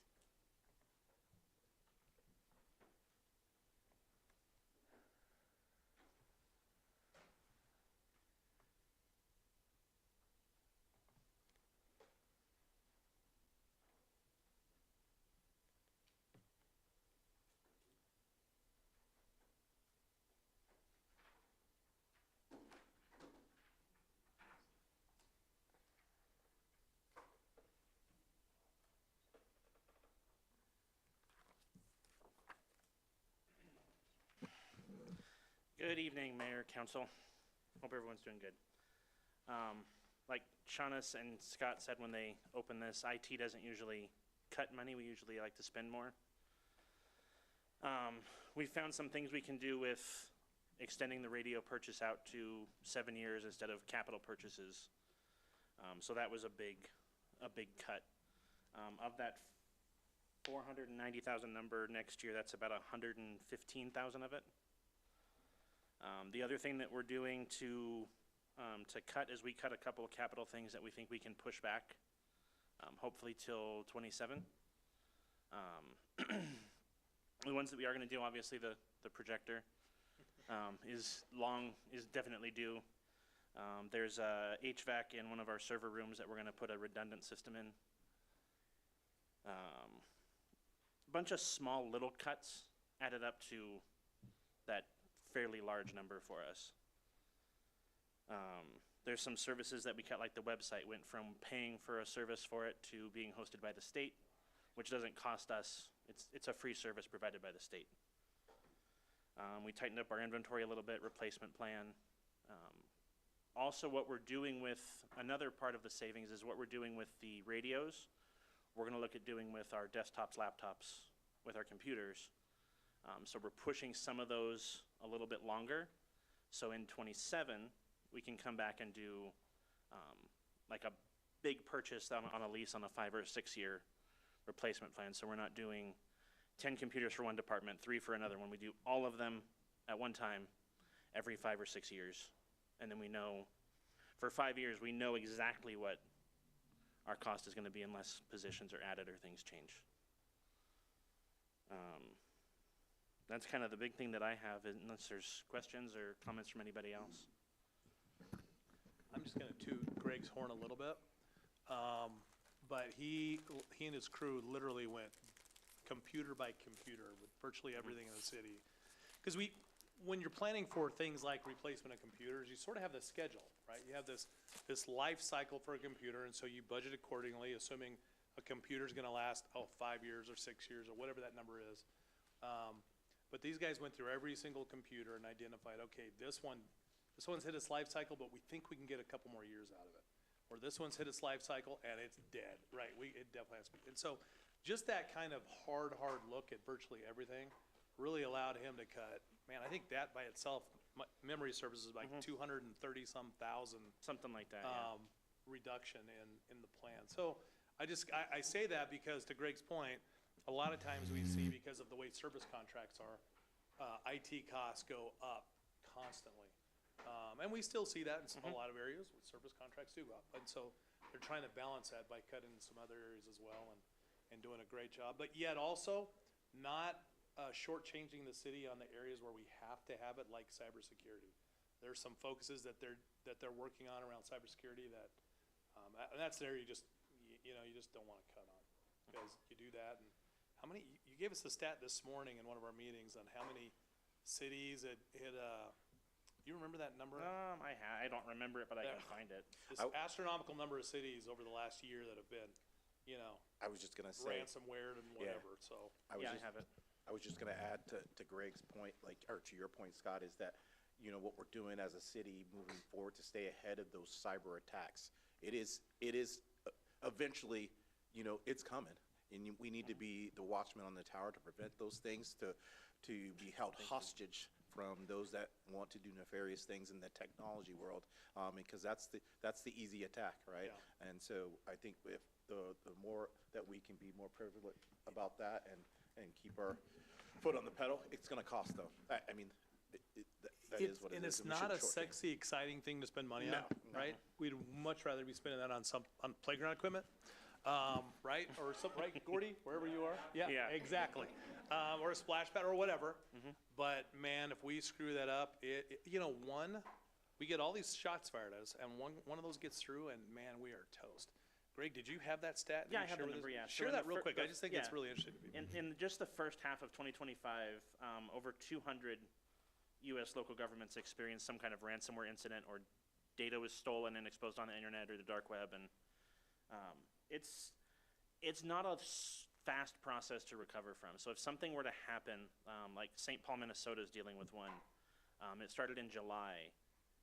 They're still recovering. Their main critical services like utility payments and bringing in revenue has been restored, but they just got access back to all of their emails and file servers. And so just imagine 3 months without data. So I think that's obviously a key priority that we're not cutting back on, but I just want you to know, like, how, it's just really impressive what the IT folks did to really try to really buckle down and take a look at those hard costs. And then one more thing I will mention is we do also take advantage of, there's some federal grant programs that pay for some of our monitoring services, and so we take advantage of as many of those as we can find that we qualify for to get some services provided to us. That's great. Okay, Thanks. thank you, Greg. So with that, we will go ahead and move now to Gordy and his Parks and Cemetery update.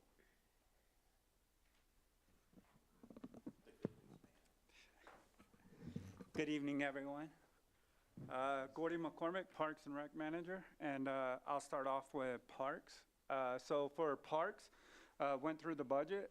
Scott told us that we saw that insurance payment coming, so we made some decreases to our revenue for water.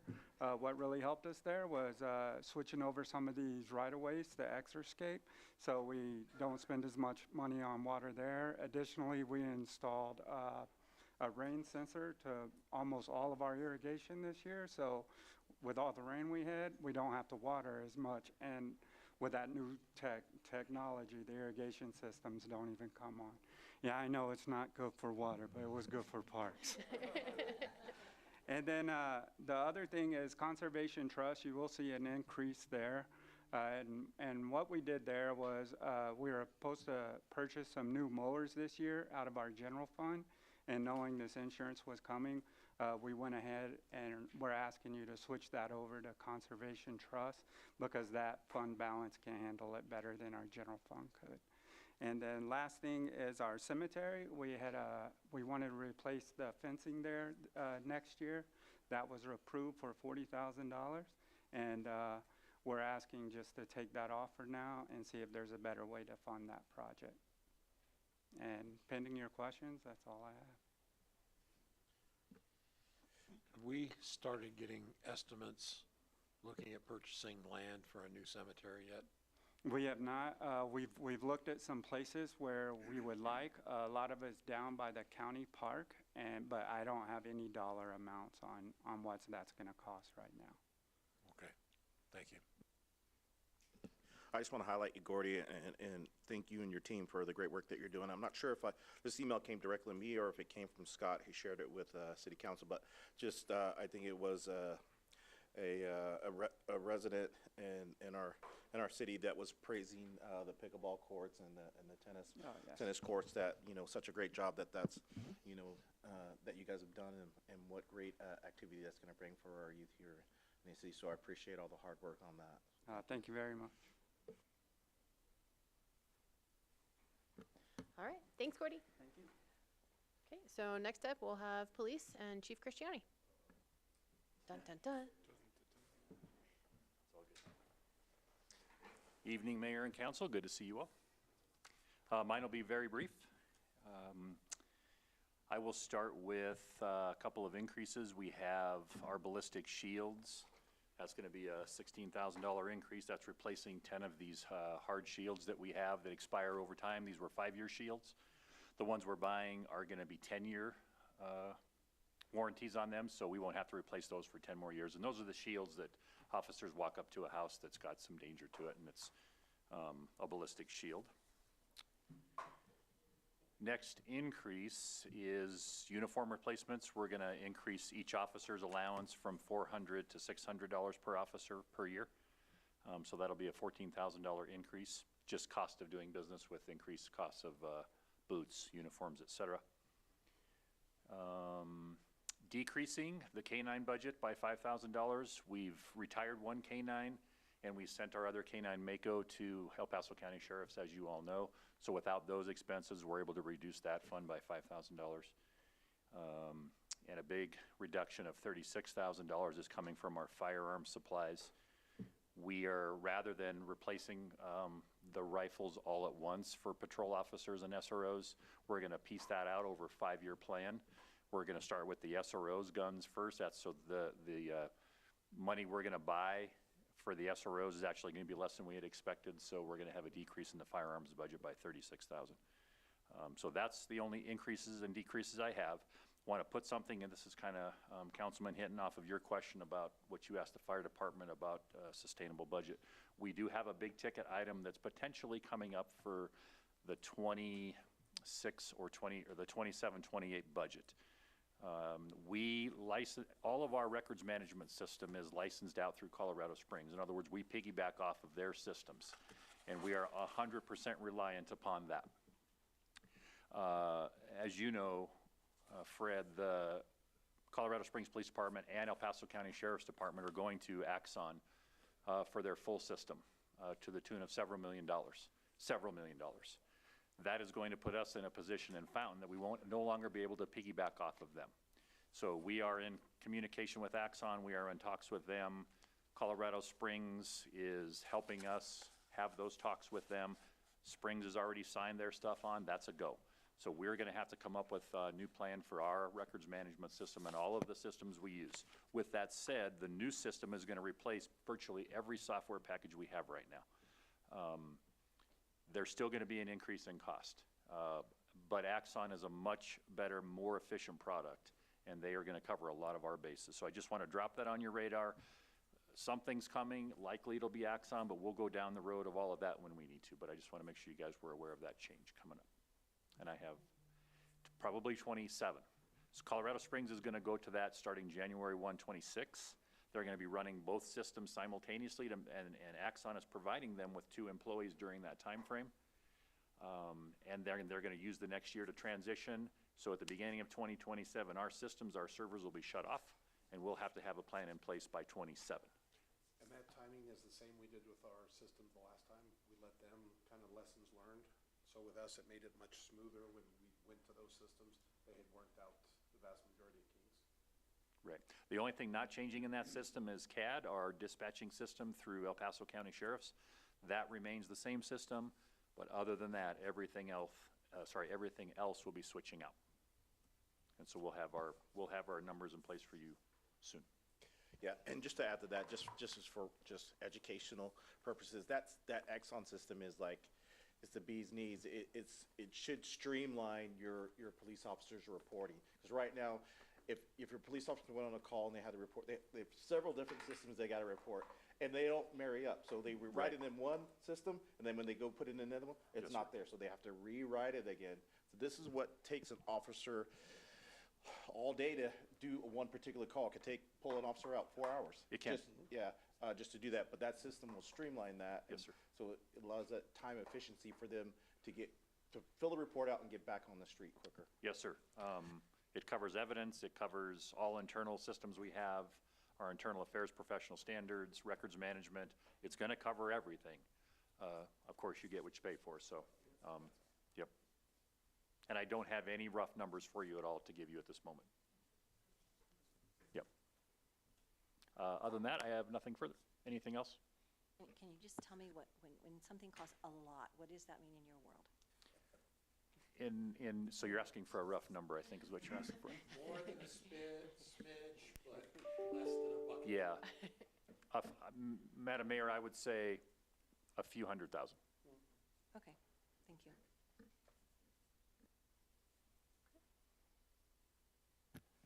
Any other questions for Chief Cristiani? Okay. Thank you all. Thank you, Chief. So with that, we'll go ahead and move into Public Works Engineering and Ben.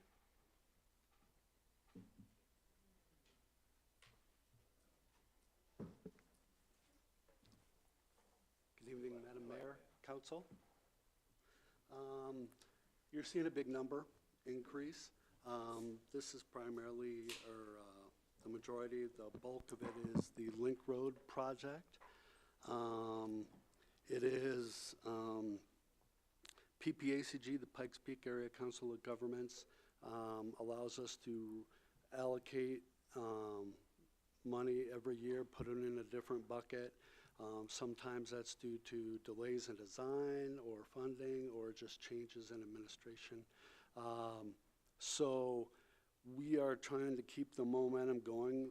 The project is going really well, and it's going quicker than we thought. And of course, that translates into the quicker, the better, the faster we can construct that road, the more money we're going to save. Sooner the better. This road project was identified in the Transportation Master Plan as being a very important project for us. Brandy had the foresight many years ago to get funding for it. Costs have increased, but we're hoping, as we saw in Indiana, we could save a few million to several $1 million. It just depends on the market, construction costs, things like that. We have a real good opportunity, keep moving forward, to prove that we are going to go forward with this project. We definitely don't want another Indiana project that's going to take a long time, so we are pushing forward. Our consultant, Wilson and Company, is doing a really good job. ABBA, primarily managing this project, is doing a fantastic job. So that is the bulk of it. The other additional is CDBG. Thankfully, we are awarded CDBG funding, or that funding again we have for several years. That's really good improvement on our citizens for those improvements. ADA, prior American with Disabilities Act, primarily, and it helps Bob save some money on some curb and gutter and sidewalk, makes people happy, and so far I think we've had nothing but positive feedback from everybody involved. Just one addition to Ben's brief. On that Link Road project, if you do have constituents or folks ask you, why are we spending that on Link Road and not their residential streets? It's a grant. We would not be able to rebuild Link Road without this grant, and there isn't grant funding out there right now that you can put into residential roads. If there was, we'd be all over it. So when people ask those, this is an opportunity that we do have a little match on this, but ultimately we'll make about $4 million on this, and ABBA's seeking additional funding through the PPACG right now, so we can extend further down Link Road and improve as much as we can. And just for a generality, for those listening, this is from Kane Road to the south over the Blind Hill primarily. That's where the vast majority of that funding is going to go, to that Blind Hill. And then depending if she can get more money, we'll go as far south on Link as we can. Todd? Oh, I'm sorry. I haven't taken notice. Sometimes I'm tunnel vision when I drive, but do we have any signs out that say this, like we have with other projects, this road brought to you by whatever grant? We will when we start. We saw last year the county did some improvements off of REA, way up by REA, and they put out signs on Link Road, and our phones just lit up, right? So once those signs go out, so we will once we start the project itself. Mm-hmm. Have we read the school district into the Link Road project? Because that's going to affect their bus plans, their traffic plans, pickup schedules, that sort of stuff. You bet. Once we have a construction timeline, which is going to be down the road, we include their transportation folks with those timelines so they can start prepping and getting all their logistics in place.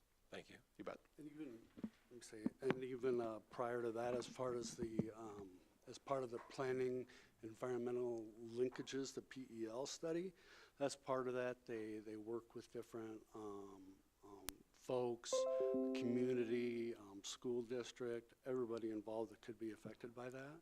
So that's part of the planning process. That big chunk of that's going to be done next year.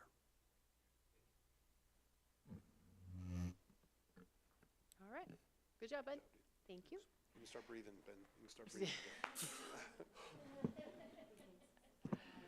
All right, and with that, we're going to go ahead and move into our last department in the general fund, and that's going to be under John for our new cost center department for strategic partnerships, which the brunt of that is our exit program. Good evening, Council, and that's what I'll focus on here briefly, and we've talked a lot about IGSAs here and there tonight. I just want to thank the Council for the tremendous support to that program. It continues to grow beyond our wildest, where we ever thought. If you remember, even 5 years ago, it was just a very, very small program where it was just a couple $100,000, and now we're into the multiple millions of dollars of support to Fort Carson, so it's been tremendous. What you'll see tonight here in this proposed budget reflects our current 3 IGSAs, pest control, animal control, and general facility construction. We've added funding in here to provide what we estimate about a $6.6 million worth of support to Fort Carson with a revenue of $7.3 million. So we've seen some pretty significant revenues come in on those IGSAs. What's not in here is the transit IGSA. So the transit IGSA, as you know, we just signed it 2 weeks ago. We proposed that program to be just short of a $3 million program. And working with Todd and Bob, we're beginning to tighten up those numbers, actually seeing actual costs of vehicles, actual costs of the employees, actual costs of the equipment. So as that tightens up, we'll be coming back to you with a specific supplemental just for the transit IGSA that will give you the totals. But we anticipate, if you add all that together, that we'd be looking at just approaching $10 million in support to Fort Carson next year if you do include transit. And as Scott mentioned earlier, what we're doing is we're really tracking all the different expenses as we stand all this stuff up. And sometimes we got to incur even a little bit more expenses to kind of get this up and going. So we're paying a lot in order to get all of the employees, the equipment, everything we need in place. After we do that, we are taking the residual revenues and setting that aside. And we do anticipate that by the end of next year, if you look at 2025 and 2026, that we could be in that $1 million range of revenue that council would be able to decide what you want to do with it. And that $1 million is not included in what Shauna briefed and Scott briefed earlier this evening with the amount of money that's in unrestricted cash. We've set that IGSA money to the side, and we're just letting that accumulate as this continues to build and grow. So that's subject to your questions. Again, this budget here reflects construction, pest control, and animal control, and then we're going to be bringing on board transit as we get those numbers tightened up. So when you say we have to pay an upfront cost to get these things started, where's those funds coming from? That's a good question. So for transit, like for instance, we will be receiving a $500,000 advance from the Army to cover those expenses. They did put in, as soon as we signed that IGSA 2 weeks ago, literally that night they sent that up, and they told me that it had gone to the Department of the Army, but we have not received that money yet. And then with the government shutdown, you know, we don't know if there's a lag in that, but we have received some of our payments on our construction IGSA this week. So the shutdown's not affecting our, you know, being paid for what we're putting in, but we'll receive that $500,000 advance, and then the rest of our expenditures just come out of the straight revenues. Like our construction IGSA, the cost of our employees and equipment comes from our revenues for that one. But it's minimal in comparison to the transit.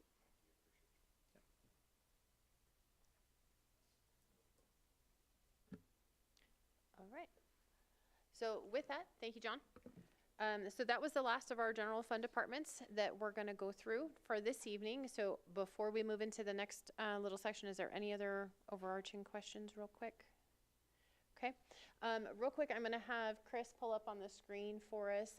There was a question that had come up earlier about what debt the general fund has. And so this, if you could make it just a little bigger, Chris.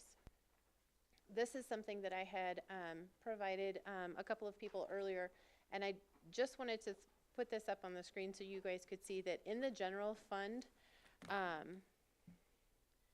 these are the actual debt for lease payments that we have, the balance that we had at the end of 24, the payments that we have for this year in 25, the ending balance, and then this is the debt service payments that we have in the budget for 2026.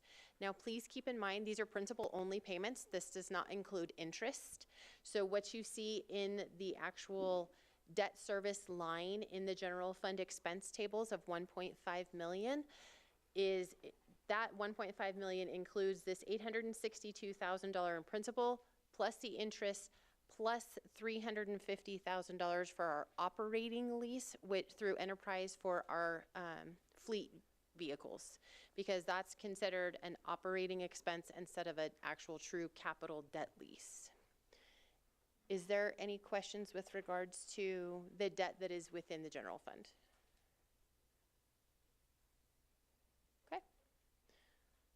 With that, if there's no questions, then I'm going to go ahead and turn it back over to Scott. Thanks, Shauna. Chris is going to be popping up another little chart real quick. And this really highlights some of the areas that we pulled out. Some of these areas have been identified tonight. Bob talked about the fleet mobile truck. That was in the budget. But these are things that we'd pulled out to give the council a look at, a balanced budget that you guys could then decide if this is where you want to spend the fund balance. So you'll see in there, the fleet mobile truck, 172. The additional street message board that Bob referenced, about 11,000. If you recall, that's normally a $20,000-ish piece of equipment, but because of the way he's doing it, he's saving those dollars. That Walt Foreman ADA restroom, take that off there. That actually isn't on there. We have, we got some insurance proceeds, and so that project will be coming to the city council with the budget supplement this year based on, probably at the next meeting, based on some insurance proceeds that we received. So we're going to go ahead and move, we're going to ask the council if it's okay to move forward with that.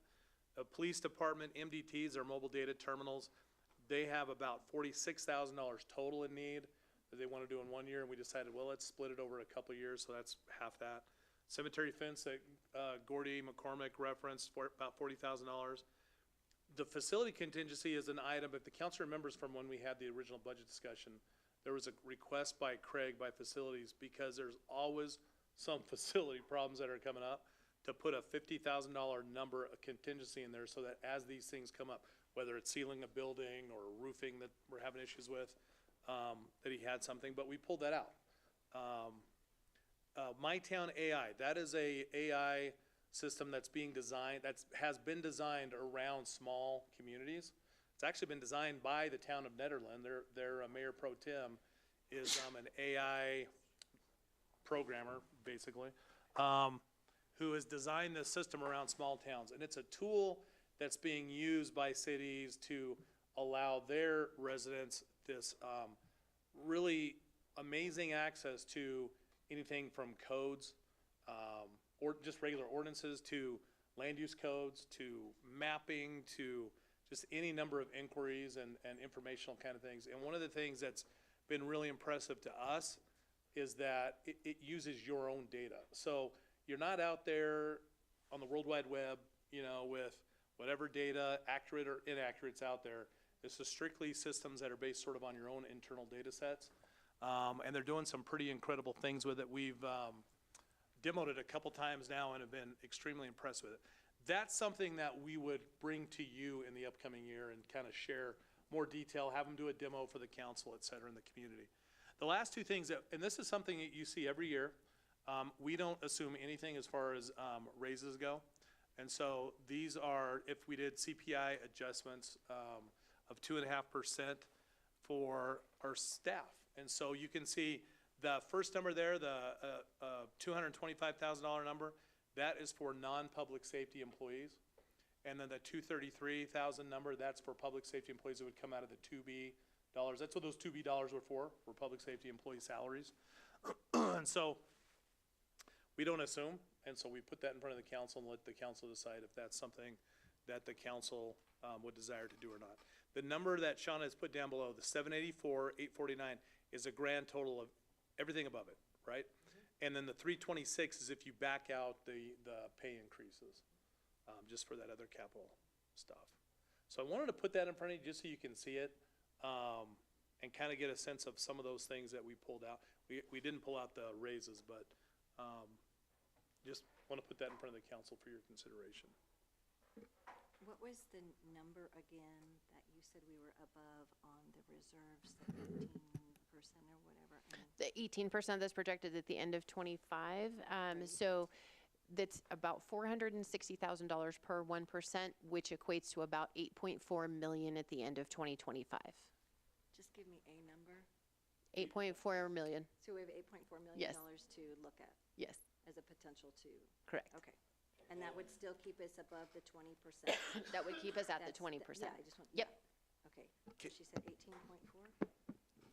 No, she didn't. She said 8.4. I like my number better.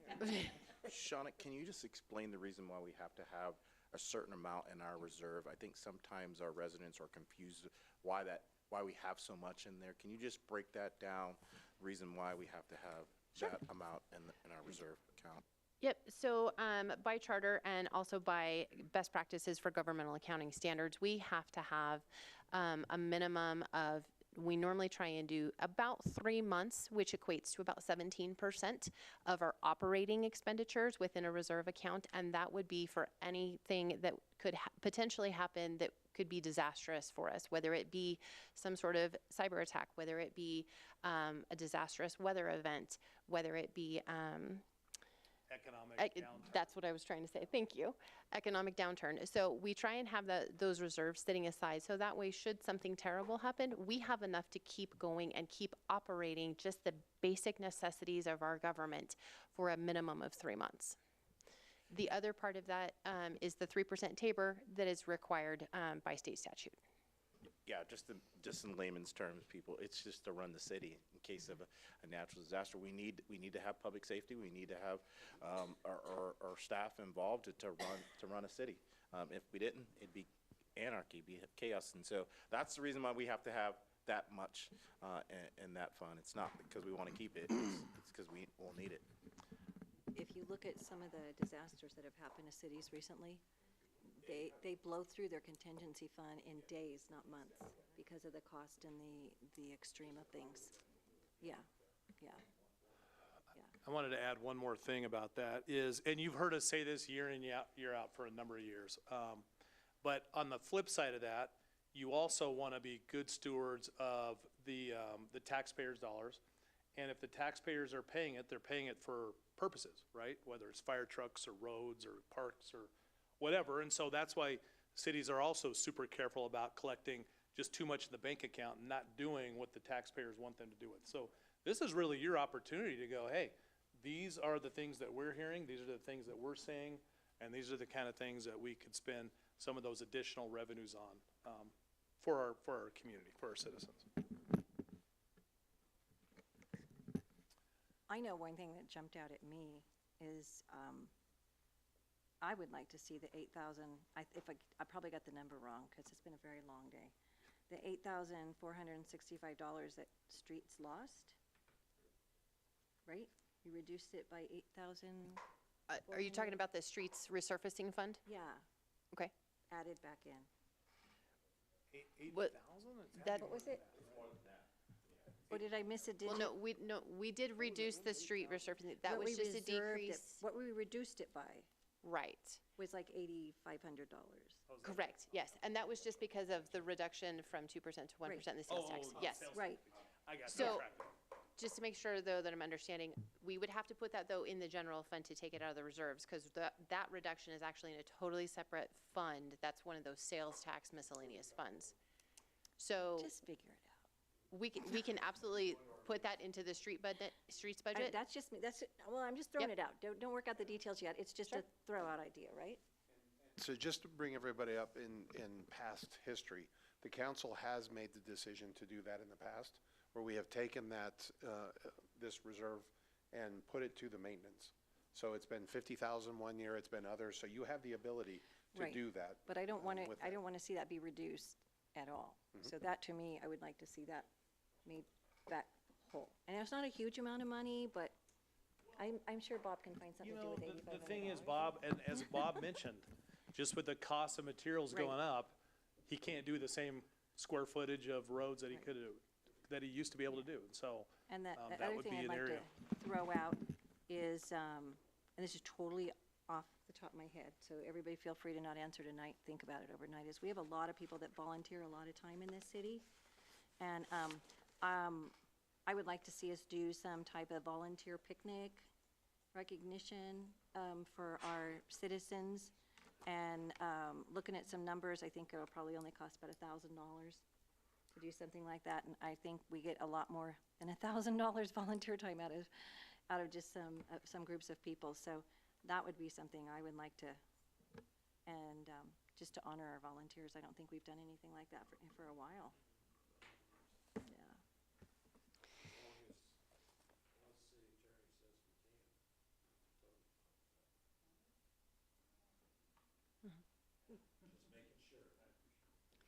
So as people present, I sort of been taking notes, and I won't bore the group with my list. Maybe I'll email it to you, Shauna, but I've sort of made a list of like 15 things that I hear that could possibly be very affordable within this extra money that we have.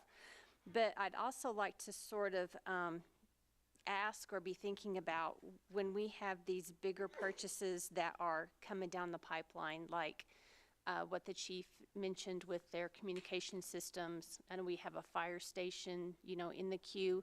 Of course, I'm a financial planner, so I like to save, I like to reduce debt, I like to plan for those big expenses down the road. Is that as we're thinking about spending money, I'd also like to think about if we could save money or earmark money towards these bigger purchases that we know are on the horizon. If we could be thinking about those types of things. And I'll just email you this list because I took a lot of notes.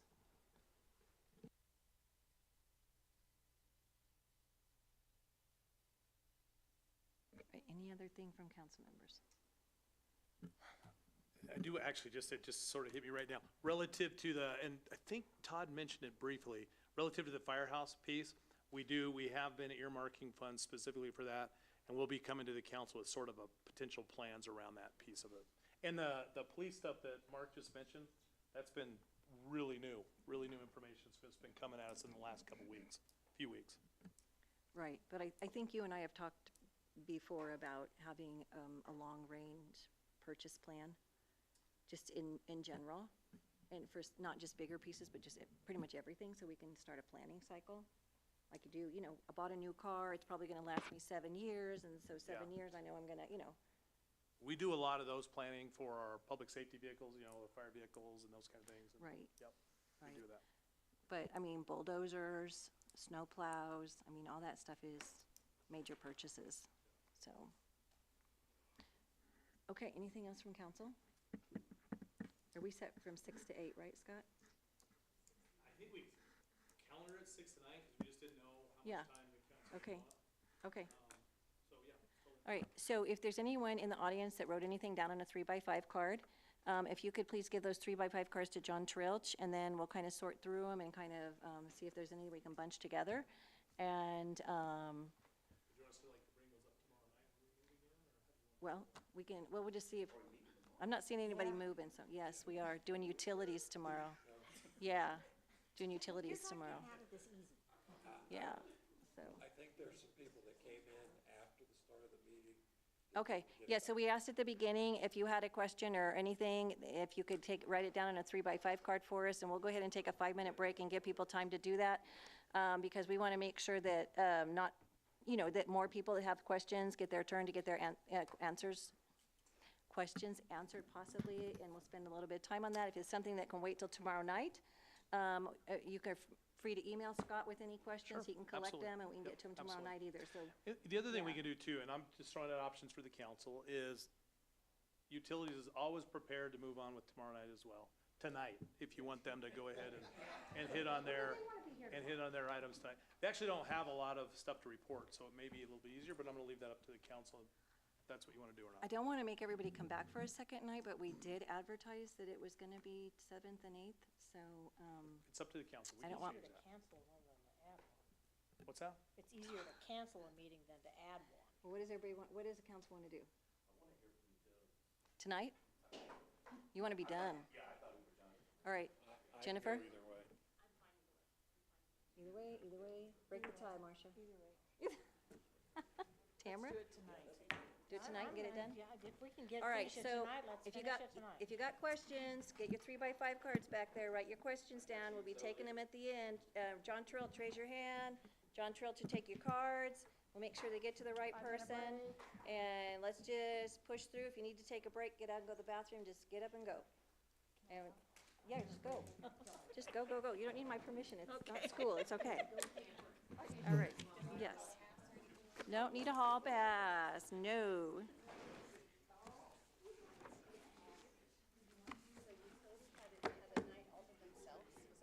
Well, I told Scott 5 minutes per department.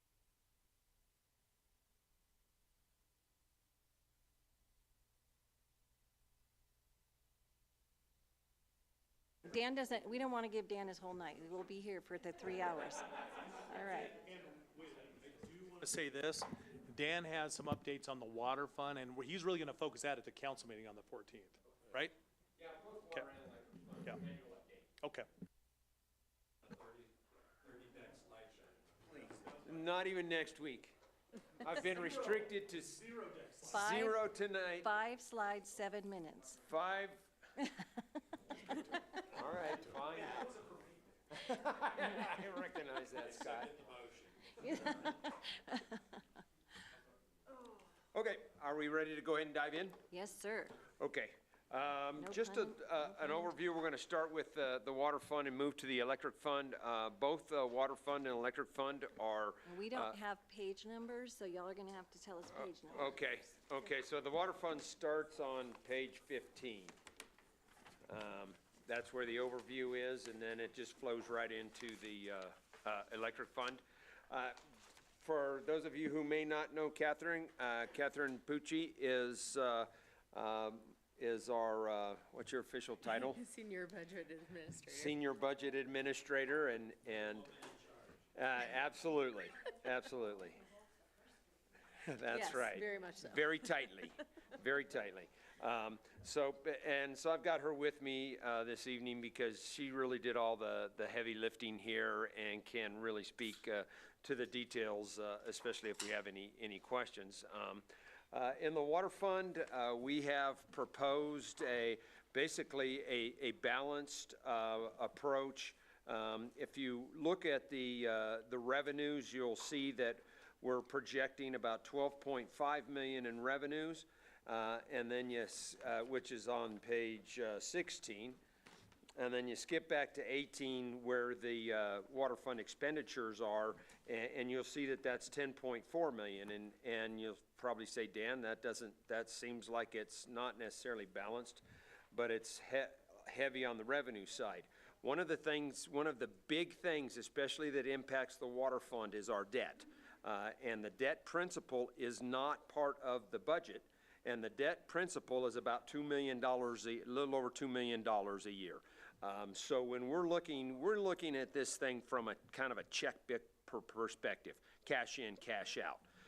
And so we want to make sure that we propose a budget or an expenditure budget that is within our means.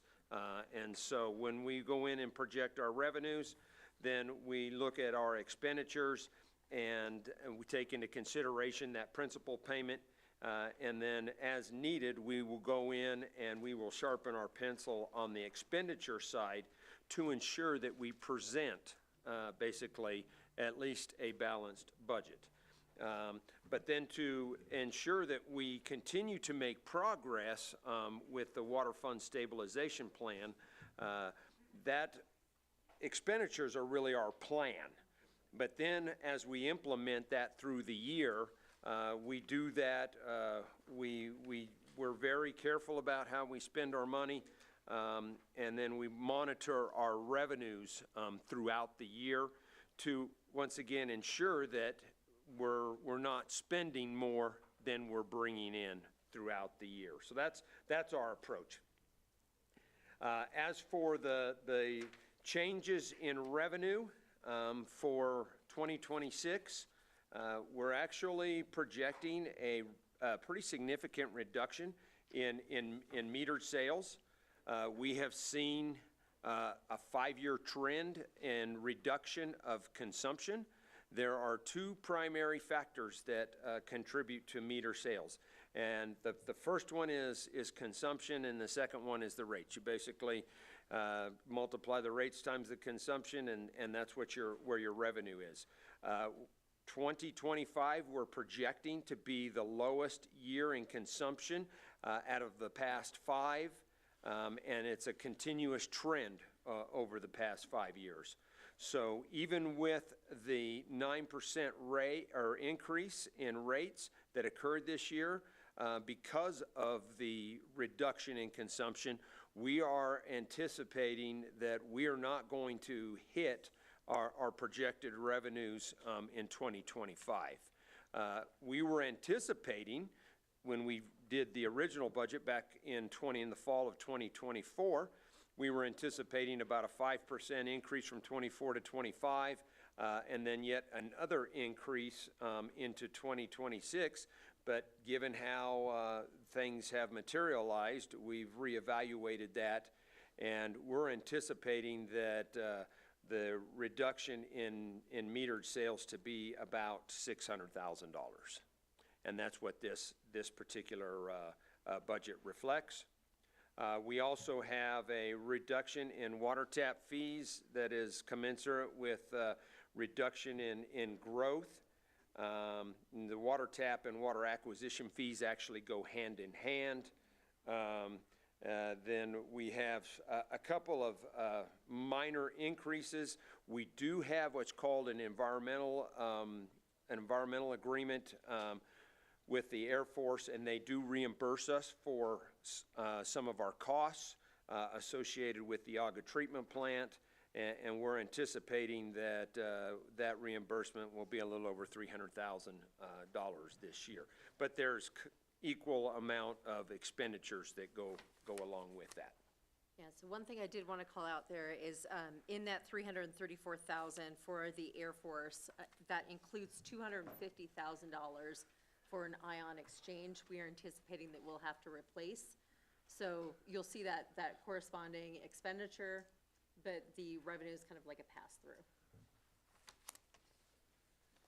So moving on to the expenditures, on page 18 is where the summary is. You can see that over time we have actually reduced the amount of expenditures in the water fund by a couple $1 million a year. That's part of, once again, our how we're managing those expenditures to stay within living within our means, so to speak, and working on the implementation of the water fund stabilization plan to get that implemented. As far as the changes in expenditures, we have a fairly good sized list, but the bottom line, it shows an increase, but that increase is actually less than the items that we will get reimbursed through the Air Force and other sources. We've got a number of pretty significant reductions. We've taken a different approach with our salaries in the past when we've had positions that we have not filled or we're not going to fill. We had budgeted those at a full year of salary, and now we're budgeting in basically at $1 an hour, I believe. And so what that does is then it doesn't overinflate our salary expenditure budget. It gives us a more realistic picture in that particular area, because there are certain positions that at this point in time that we just we're not necessarily going to fill. And then after a period of time, if we don't fill those particular positions, it may become evident that we actually don't need them, and then we'll just take them off the books. So, Catherine, is there anything that you wanted to focus on in the expenditure side that you wanted to bring to the council's attention? I think the main thing that I want to call out is on the sources supply. You'll see the very first line item, the Pueblo Reservoir. There's a $335,000 expense, and what that is we have a contract with them where they currently don't have anybody who can do their billing. So every few months we reach out to them and say, hey, we know contractually we are obligated to pay you this money. Can you send us a bill? Can we pay you, please? And unfortunately, they don't have anybody who can actually send the invoice. So that dollar amount there reflects the amount that is owed for 23, 24. So far, we haven't seen a bill for 25. So we've incorporated that into our 26 because we don't believe that we will get a bill for 25 by the end of this year. So we wanted to make sure that we were being responsible, setting aside that money that we are obligated to pay, and incorporating that into our budget. Anything else you want to? I think those are probably the biggest things. And then, of course, the $250,000 for the ion exchange that we're going to be reimbursed for through the Air Force. I think those are the major expenditures that we're seeing in our budget, unless anybody has any questions. The ion exchange we just put in has to be replaced? The material, the filter material Oh, the in the filter. Okay. canisters, yeah. I was yeah, like, yeah. I was thinking you had to do the guts all over again. and No, I was no, like, no. what Yeah. in the world? Yeah, it's Okay. just, we have the canisters in the treatment, as part of Got the it. treatment Okay. process. Yeah, And okay. just like the temporary, we had granular activated carbon in those, and those had to be Right, replaced okay. periodically. Okay, thank you. Yeah. Jennifer, did you have a question? The water stabilization fund, is that in here anywhere, like where we're at with that? That's what I'm going to be presenting on next week, or on the 14th. Okay. Yeah.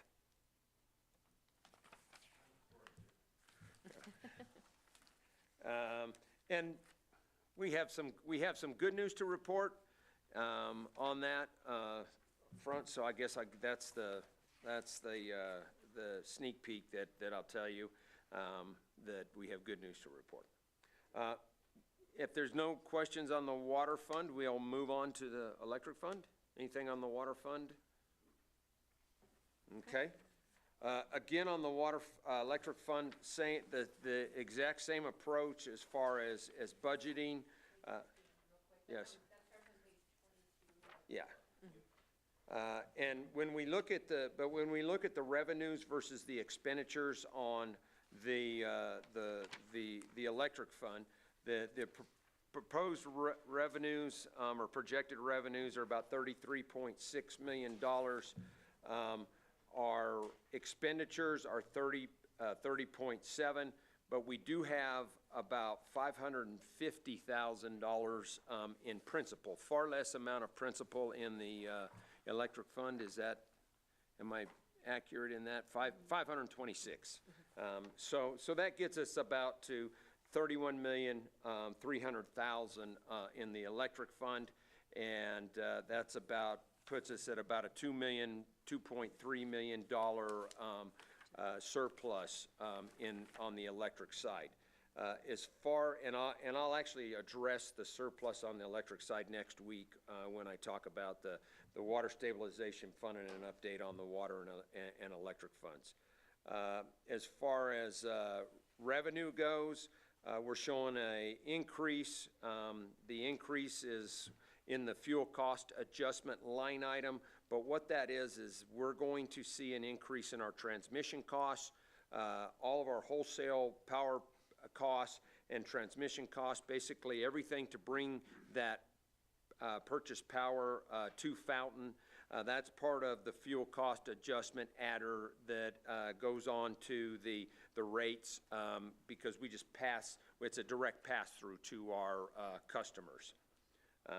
We had a slight reduction based on trends in collection fees, and so we're looking at, once again, $284,000 in increased revenues from what we had projected 2 years ago. On the expenditure side, once again, the same approach with how we're budgeting the salaries, and therefore you're seeing some pretty significant decreases there. The equal increase on the purchase power, the $343,000 that offset on the revenue side. We are deferring the purchase of a new bucket truck. That's something that Carl and his crew evaluates on an annual basis, and we had projected 2 years ago that we thought we were going to need to replace one of our bucket trucks, but at this point in time, it doesn't appear that it's necessary, and that the one truck that we were looking at is still good for at least another year or so. Catherine, anything in the expenditure side that you would like to? I think that's probably the biggest thing. So the two biggest increases that we have, aside from the purchase power, are the tree trimming contract. We had a person who did that contract before, they retired, and then when we went out to bid, most of the contracts were more expensive, so we had to increase that cost. And then the cost of the insurance for our CIRSA insurance. So got a question for you. Go ahead. Got a question for you, Dan. And this is, I mean, this is the highest compliment, and it's not your voice. When you speak, sometimes it's like Charlie Brown, and I'm like, no, I'm like all these numbers, and I'm not a smart guy, but man, like the electric and the water, they always get me. But what is our current rating right now? I know last time you gave us a brief about what our rating is. I don't know if that's an A+. Our credit rating? Credit rating, yes. A minus. A minus. And we retain that. Okay. It was, gosh, maybe a little less than 2 years ago that we did that rating through S&P Global. And we were very pleased to retain the rating. We actually had been downgraded the time before. I really attribute the passage of the resolution for the water stabilization plan, the water fund stabilization plan, really got us over the hurdle with the rating agency. That level of commitment by the council really resonated with them. I appreciate all the hard work, Dan, and all that your staff does. I mean, this is just, it's impressive. And for a layman's guy like me, I mean, just to really try to break this down for us, I appreciate the time and the work that goes into getting this done, because it's astronomical numbers. Thank you. And thank you for the compliment, and we'll go into more details absolutely next week at the regular council meeting, if the mayor will allow me to. Okay, five slides, 9 minutes, okay? I'll keep negotiating. Yeah.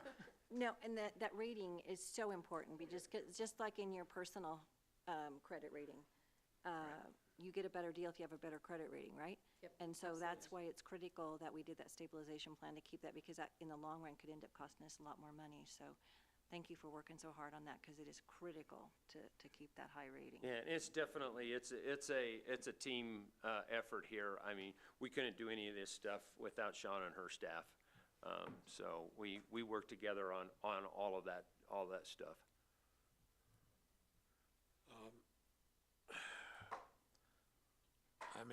My memory may be faulty, but Scott, I thought we were gonna take that bucket truck from electrical and sell it to Parks for some tree trimming stuff.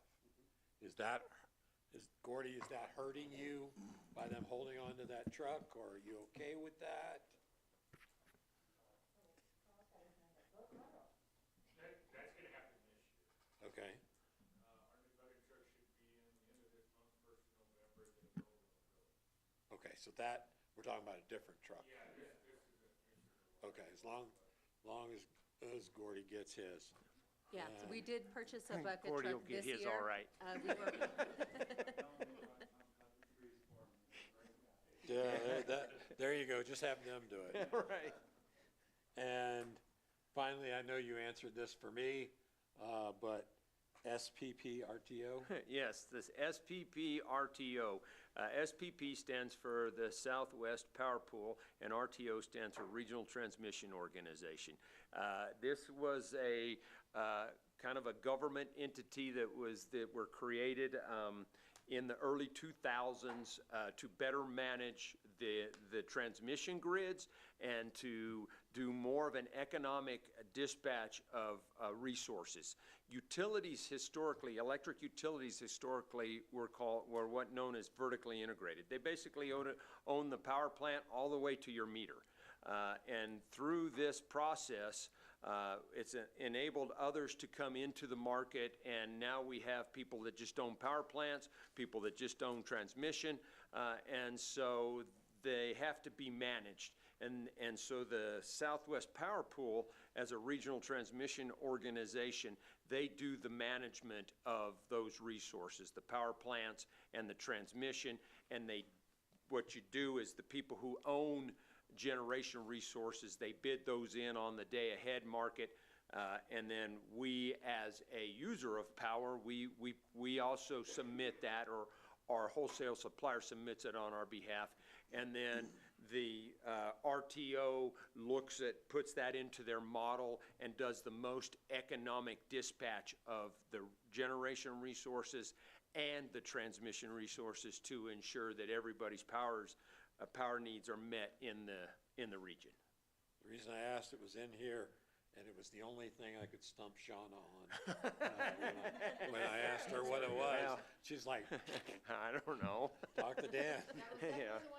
Yeah, Won't get you next year, though, really. right, There'll be something new.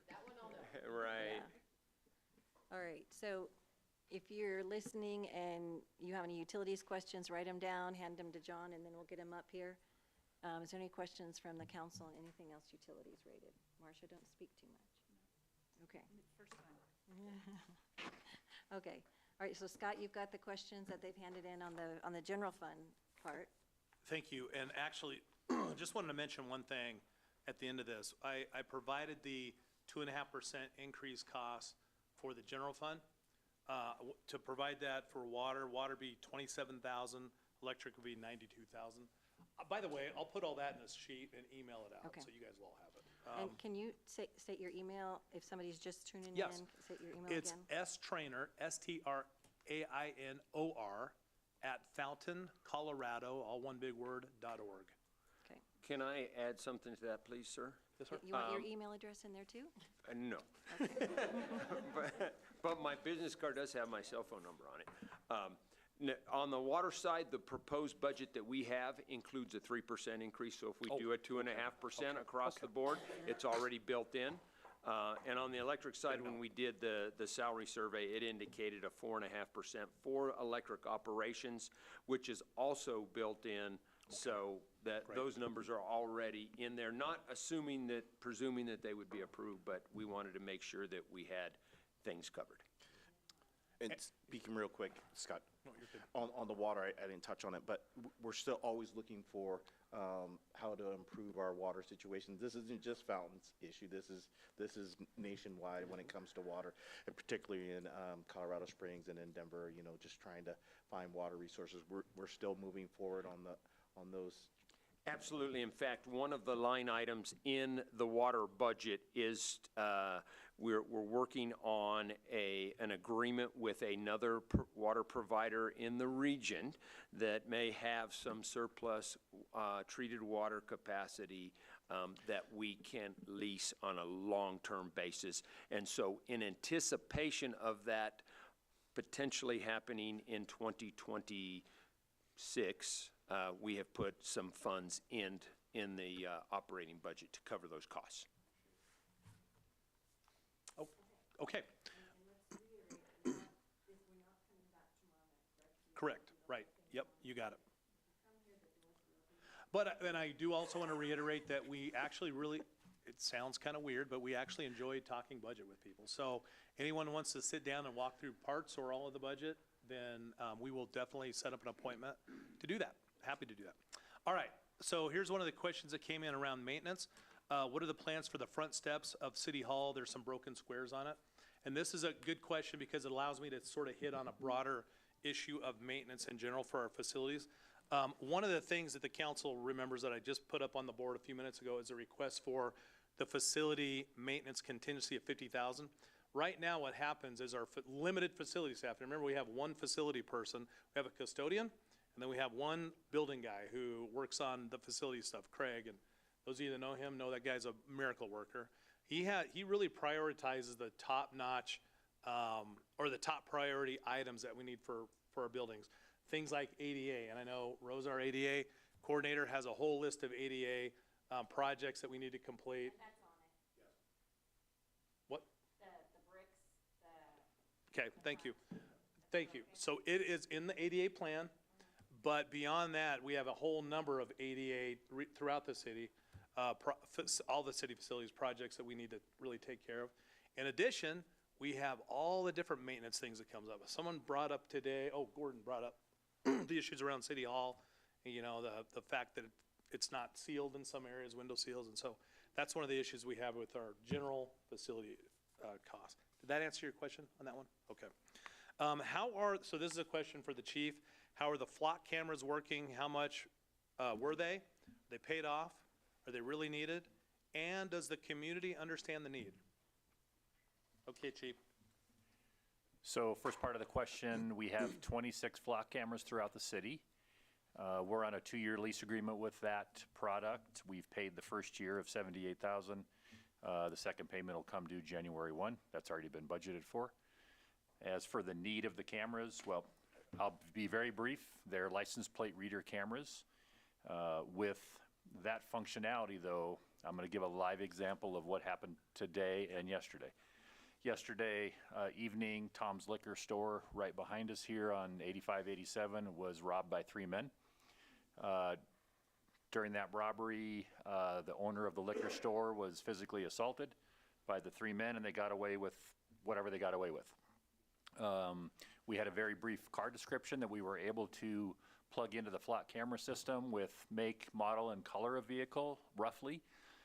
Within 7 hours this morning, my DICE team was able to capture the first robbery suspect at the Tomahawk truck stop. After he fled from us there, we caught him out by Midway in the middle of the desert. So that's one success story that happened in the last 24 hours. We'd have a 4-hour meeting if I told you all the success stories that we've had, not just recovering people's stolen cars. Stolen cars is certainly a benefit, and that's the main reason we have the cameras, but all of the other things we're capturing with those is phenomenal, and I'm glad to brief that in full at a later date. And I want to add one thing. The last question was, does the community understand the need? That's a great question, and that question could be applied to almost anything we do. And so that's one of the things I just want to hit on real quick with our new communications director that he's doing, is meeting with all aspects of our organization to sort of identify what are those things that we could be really doing an exceptional job, a much better job at getting out there. Whether it's flock cameras or around this next question will be around bathrooms, right? Those kind of things. Whatever those things are, letting the community know, hey, you may have this question, and by the way, here's some answers. So I think that's just a really exciting thing that we have upcoming. Okay, so the next question is about self-cleaning bathrooms. Why self-cleaning bathrooms, and were they paid through a grant? Yeah, so that'll be me. Do I need to get in the microphone? Probably need a microphone, yeah. Thanks, Gordy. Great question. So looking at the restrooms, the Aga Park restrooms have been in the works since 2018. So we got some restroom bids for, no easy way to say this, dumb restrooms, just a standard restroom. I believe I sent that out to some of the council members on the bid quotes we got for that. It was between $480,000 and $980,000. So you take out that $480,000 and you know a dumb restroom is gonna cost you somewhere between probably $550,000 and $600,000. City Council had approved a budget to purchase new restrooms for $300,000.